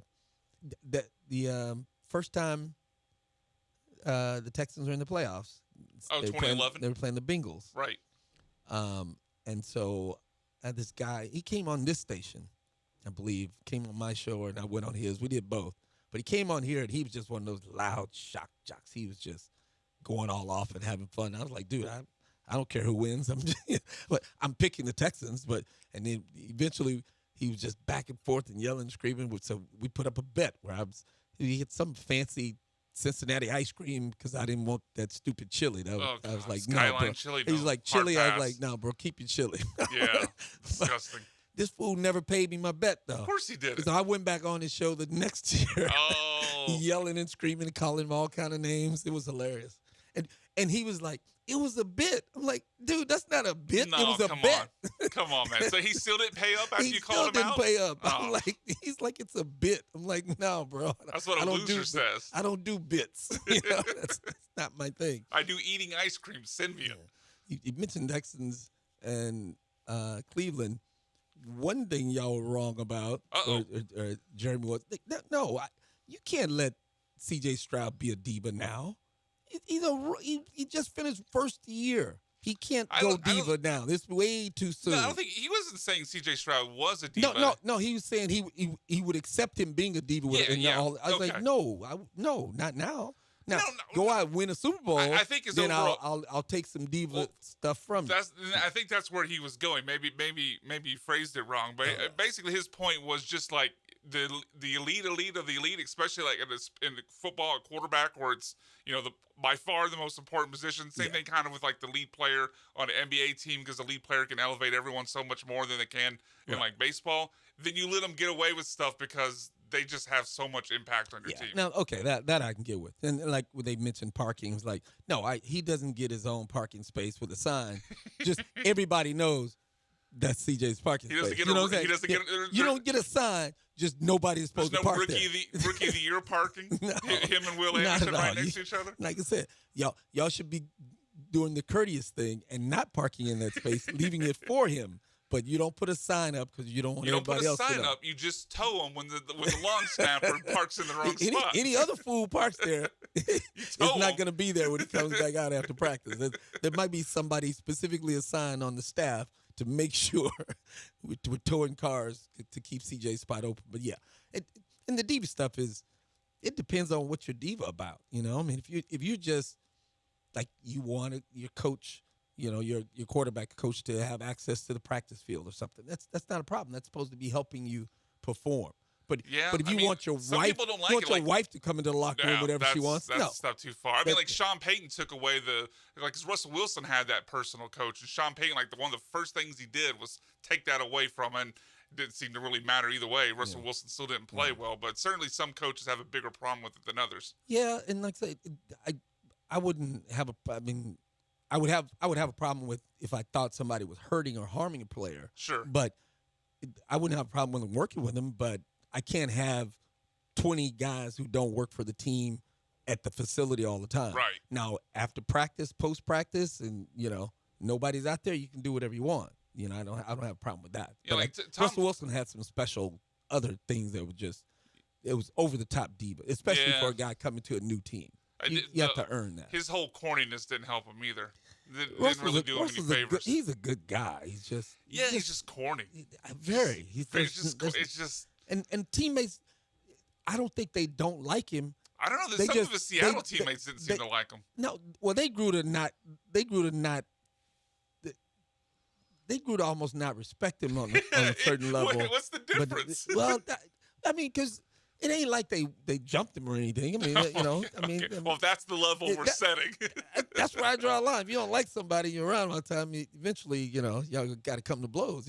Richard Sherman would do that, but no, it was just he kept to himself.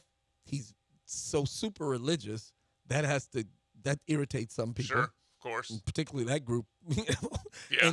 And he got so much credit for being the quarterback, and he deserved it.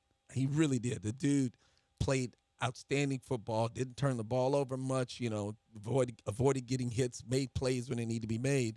But that defense was the reason they won. And maybe that's the source of contention. Yeah. But those guys are divas. Right.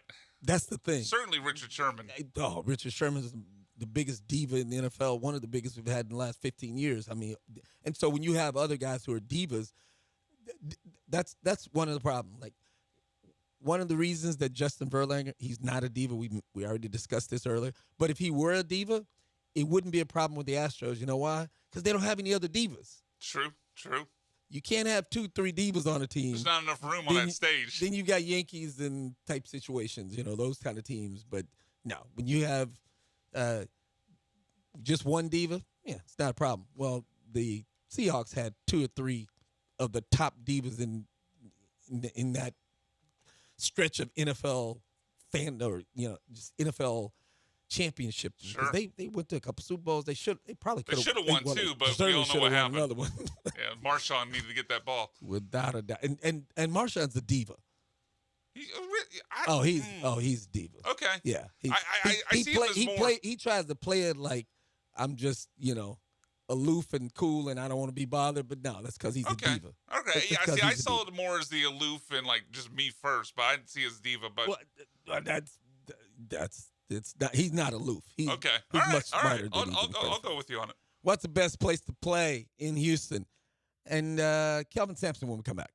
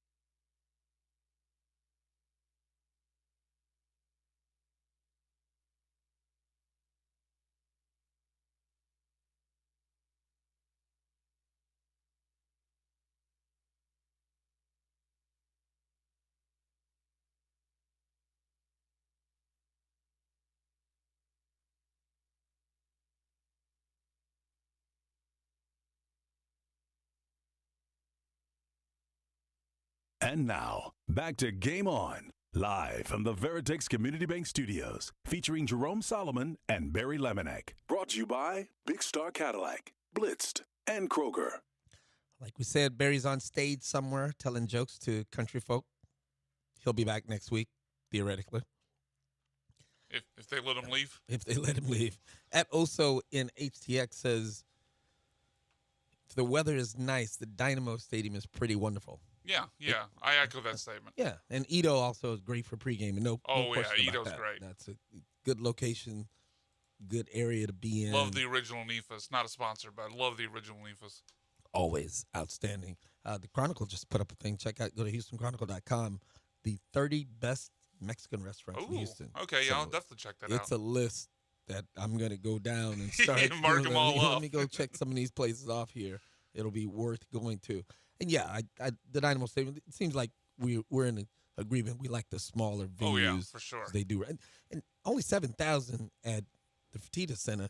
It feels like much more than that when the place is It does, rocking, yeah. too. I was surprised when I saw that they had set a Fertitta Center record the other day, the Texas game, and I think they did it again in the Iowa State game. And it was under 8,000. I was surprised. Yeah. But that place felt like it was 9,000 or 10,000. They've got a good stretch over there where it's recliners and twin beds over there. Wait, they got twin beds in there? We're the big time donors. They can nap. Wait, if they're big time donors, why they only got a twin bed? Why are you settling for a twin? If they're big time donors, they're getting a twin bed. You can't be ridiculous and put the come on. If they're keeping the lights on, you got to give that guy more than a twin bed. Indeed. Hey, so I asked Kelvin Sampson about the NIL situation. For those of you who don't know, the top 10 players in college basketball average like $500,000. The top 25 average $350,000. And Kelvin Sampson says there are players that they literally had to stop recruiting because they were like, here's my price. Check it out.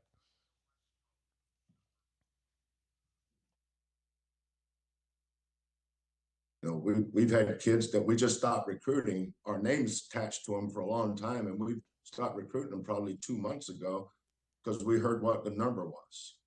We're not doing that. He can go play for if he can get that, God bless him. Go for it, son. I don't do that stuff, Jerome. But I like developing kids. And once a kid is in this program, we're going to play the NIL game with them. As far as matching some of these outlandish, ridiculous numbers that some of these schools are able to throw around, good. Glad you got it. But the NIL is real, Jerome. Yeah. Now, some of these numbers probably aren't real that you hear thrown around. I mean, some of them get ridiculous. But, we've dabbled with some kids. You hear, will you match this? No. We're not a match program. Kelvin Sampson says, no, we're not a match program. We're not going to match your price that some other university. Sounds like he's saying we don't negotiate with terrorists. That's what I heard. That's the sentiment, exactly. Like, no, we're not doing that. It's not. You're not going to hold me over a barrel.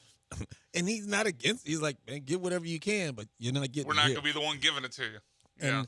And he really does. I mean, like 4 of their 5 starters are high school guys that came here, and I mean, he's about developing players, getting guys. Player retention is the key. Like, so you're not losing guys who are leaving to go elsewhere. Yeah, and that might be part of his reasoning beyond just the budget of it, because he knows if he pays for those top guys that are getting the $500,000, they're there 1 year and they're gone. Yeah, exactly. To look around. And he's looking to build a team that can have some juniors, maybe some seniors from time to time that are actually contributing at a high level, because I'm sure he believes those guys are going to give him a better chance in March and April. Yeah, because they get better. They learn from the system. Right. They get into that culture. And like he said the other day, he said, culture doesn't graduate. Team culture doesn't transfer. Your culture of your team, it stays there when you build it the right way. And he's definitely building it the right way. And it's not like they're not, taking care of people and the NIL isn't a factor. But Well, and he said in that clip, like, once you're here, like, we're going to get you every dollar. Yeah. I just don't want to be held over the barrel or held at gunpoint when you're coming in the door demanding a certain price. Yeah. And the conversation came from Mike Boynton, the head coach at Oklahoma State. And so, like, he said, hey, recruiting has never been a problem for me. It was one of my strengths, but that was back in the day. I mean, and he's only been a head coach since like 2017, but he was able to recruit Cade Cunningham, who's the number 2 player in the country, ended up being the number 1 overall draft pick in the NBA. And he was able to recruit him. He said, because I was there for years and years, and I was making sure I was there more than Bill Self was, and more than the other coaches who had won a whole lot of games and won championships and been to Final Fours and coached NBA players. He's like, I had never coached in the NCAA tournament as a head coach. I had never coached an NBA player as a head coach. Certainly hadn't won a championship or anything, but I was able to convince him that he knew I had his best interests at heart. So he came here to Oklahoma State, and he had that one great year and left and was the number 1 pick.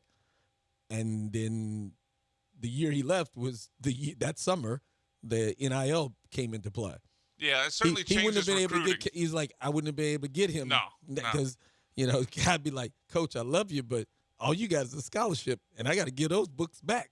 Yeah, I mean, obviously there's still a lot of the human element, making relationship with the parents, making the kid make the kid feel like he can trust you.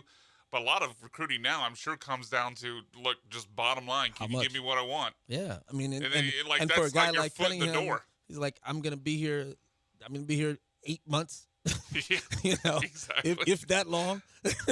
I'm only going to go to classes for 3 months. Depends on how long, how late of a run we make in the NCAA tournament. I could be out here in March. Right. And so it's like, so why not get as much money as you can, and that's fine.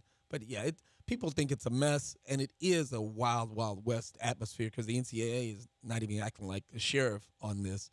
No, I think they've let go of all control at this point. Yeah, but I mean, I do think something needs to be done. If they would have just paid the players, they wouldn't have gotten to this point. But they fought for so long against paying the players that eventually the courts were like, well, you're going to let us take over, then you're not going to like the results. Yeah, that's the difficult part of it, because I do agree that maybe it's gotten a little bit out of control, but to me, this is better than what we did before, where these players aren't getting a dime. I'd rather have this and everything that comes with it than go back to what we had before. They probably could have done it better, but it's their own fault because they waited as long as they did. Yeah, I'm with you on that. I much prefer this over what we had before. And one of the great things about this, too, is the women athletes are benefiting from this far more than that was one of the things people say. Oh, what are you going to do about the women athletes? Nobody's going to pay them. You're wrong. I'm sure Caitlin Clark's getting a few dollars. Yeah, she's and Angel Reese is getting paid for sure at LSU. Yeah, big time. She's in the top 5 probably in the country. I mean, it's helped their sports in a lot of ways too. And they have people who want to donate, and they have donors who want to give specifically to the volleyball program or softball programs who can make these moves, and they can do it legally now through their companies. And like one of the things I wrote today, not everybody, not every team wanted to cheat, but not every player wanted to be on the take. So, but now since it's legal, everybody's taking. Yeah. Sign me up for this money, and I don't think it's as big a problem as others do. The constant moving, jumping from team to team, school to school. The NCAA commissioner said, or president, that athletes transfer less than regular students do. And that should tell you you're getting all up in arms over something that's not as big a problem as you think it is. Hey, that wraps up today's Game On. Thanks for joining us. Appreciate it, Brian. Good job there. Barry, we'll be back next week. Check us out Saturday night, CW39 at 9:30 for Sports Saturday. And we'll be back next Thursday right here.